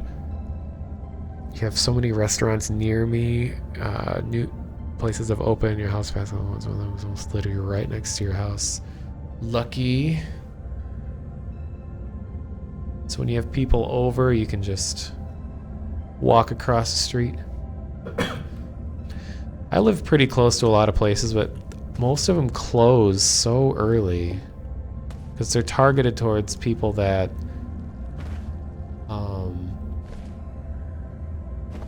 work, so they're like lunch restaurants, and then they close at like 5.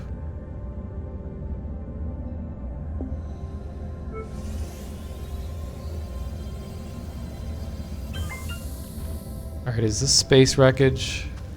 Oh, darn it, it's not.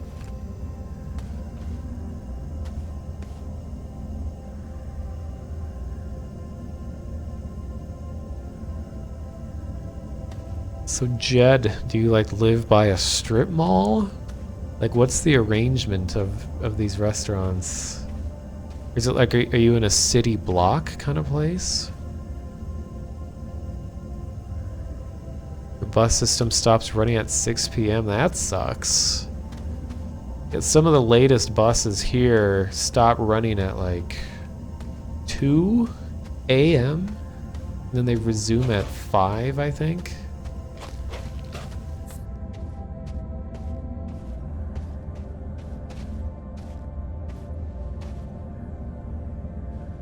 Well, here's some research.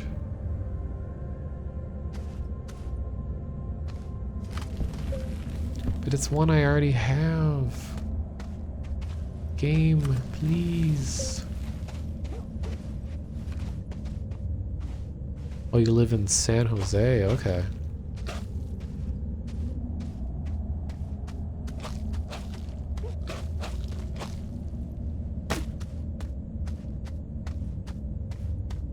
Funny thing is I had to, I used to work for a company that produces the in-flight magazine for Delta Airlines.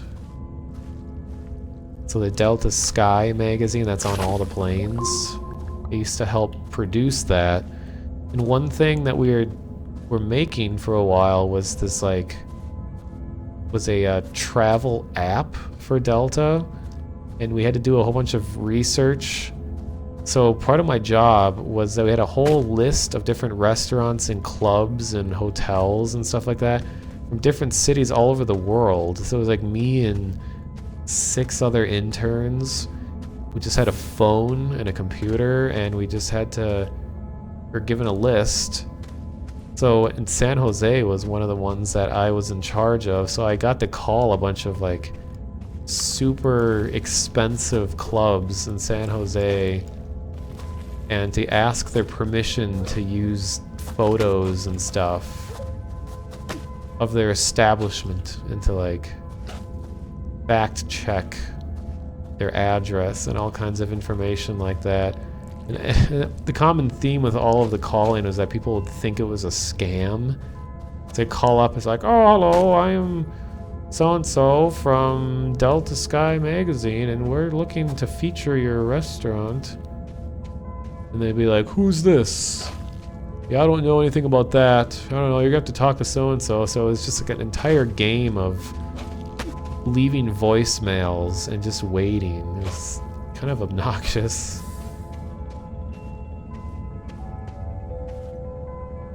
How did I end up here? I thought I descended and I'm somehow back up?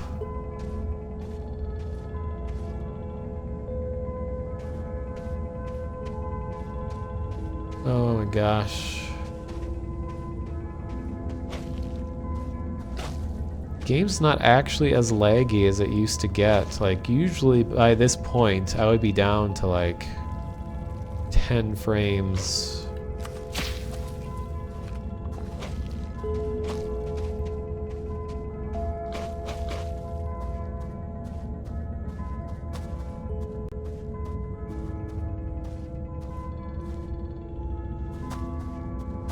I have upwardly descended. Oh boy.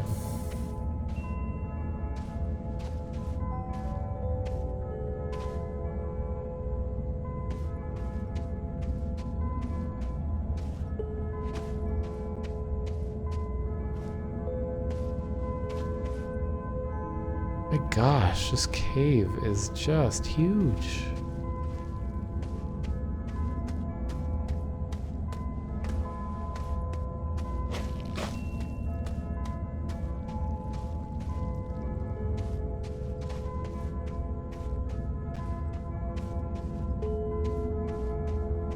Oh, I was just gonna say I'm gonna die, but now here's a whole bunch of oxygen.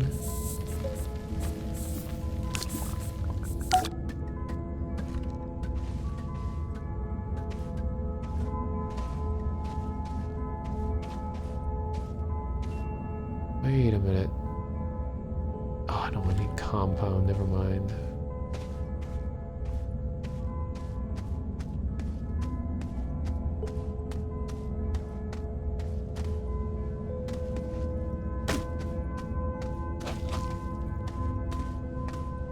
Whoa!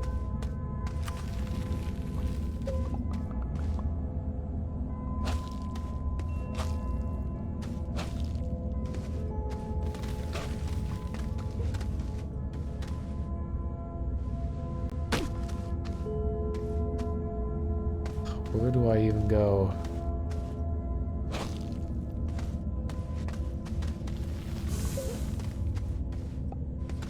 Kind of wish this light was not a spotlight. It was instead like a omni light. So it would just emit all around me.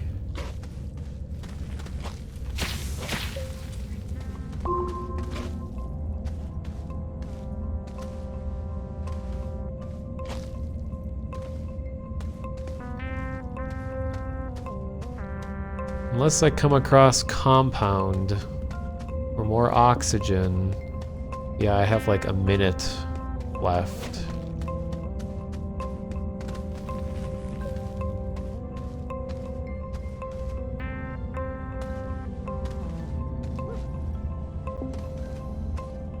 Not even a minute.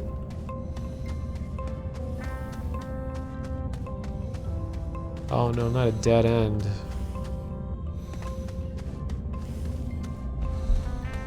Well, how appropriate for me to die on the dead end.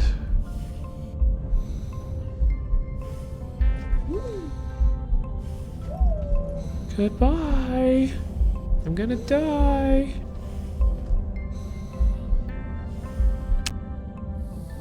Oh. I kind of wish it was not so abrupt when you die. Oh.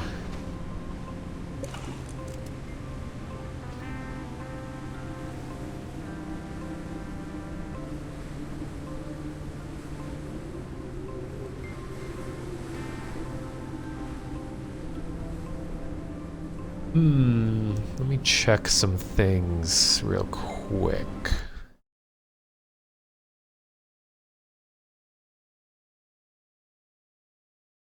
Oh my gosh, there's so many people streaming right now. Norix is streaming, Geromatic is streaming, Desert P is streaming.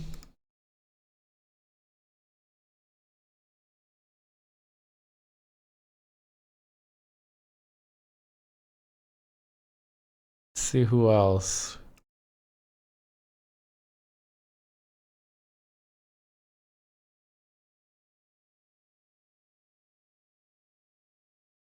It's funny, it's like I don't think any of the regular Vine Sauce people are streaming right now, but huh.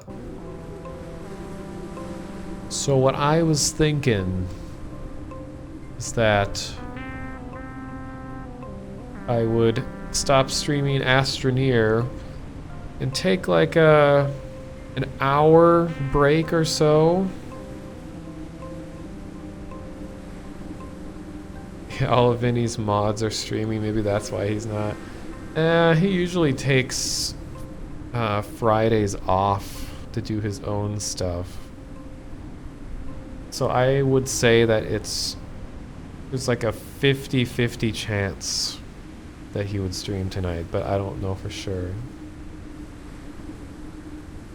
Nobody knows if he's going to stream besides him. So what I was gonna say is I think I'll end streaming Astroneer, and then I'll take like an hour or so break, maybe 2 hours, to have dinner. Very late dinner. Actually, it's not late for me, but... And then, if Vinny isn't streaming by then, I will stream Resident Evil. I mean, the Resident Evil 7 demo, because I want to just walk through how weird that demo is. And it will be a spoiler stream, so I'll talk about the story and what I felt about the game's story and stuff. Actually, I might even stream even if he is. It depends on what he's streaming, if I'm interested in it or not. So, that's what I will do. I will Find a song.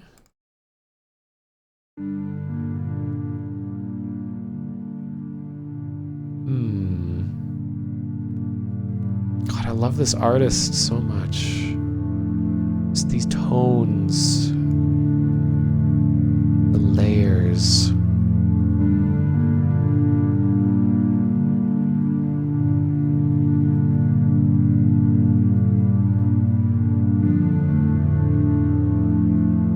I think I'll just let this one play out.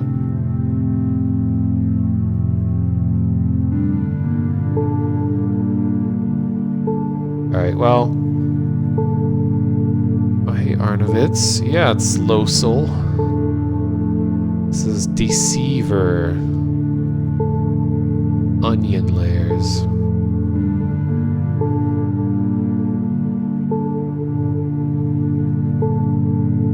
So basically, just watch my Twitter or just keep my stream open or whatever. If any of you all want to see my Resident Evil 7 demo stream, because I think we've all seen, most of us have seen the full game. I mean, there's tons of people streaming the full game right now, and I'm not really interested in streaming the full game, because I just want to fool around in the demo and talk about game design stuff. But I'll probably do that in a few hours, depending on what Vinny streams. But if I don't see any of you and I decide not to stream, thank you for watching tonight and contributing to space discussion and listening to my rambles and my grumbles. So, if I don't see you all later, have a good night.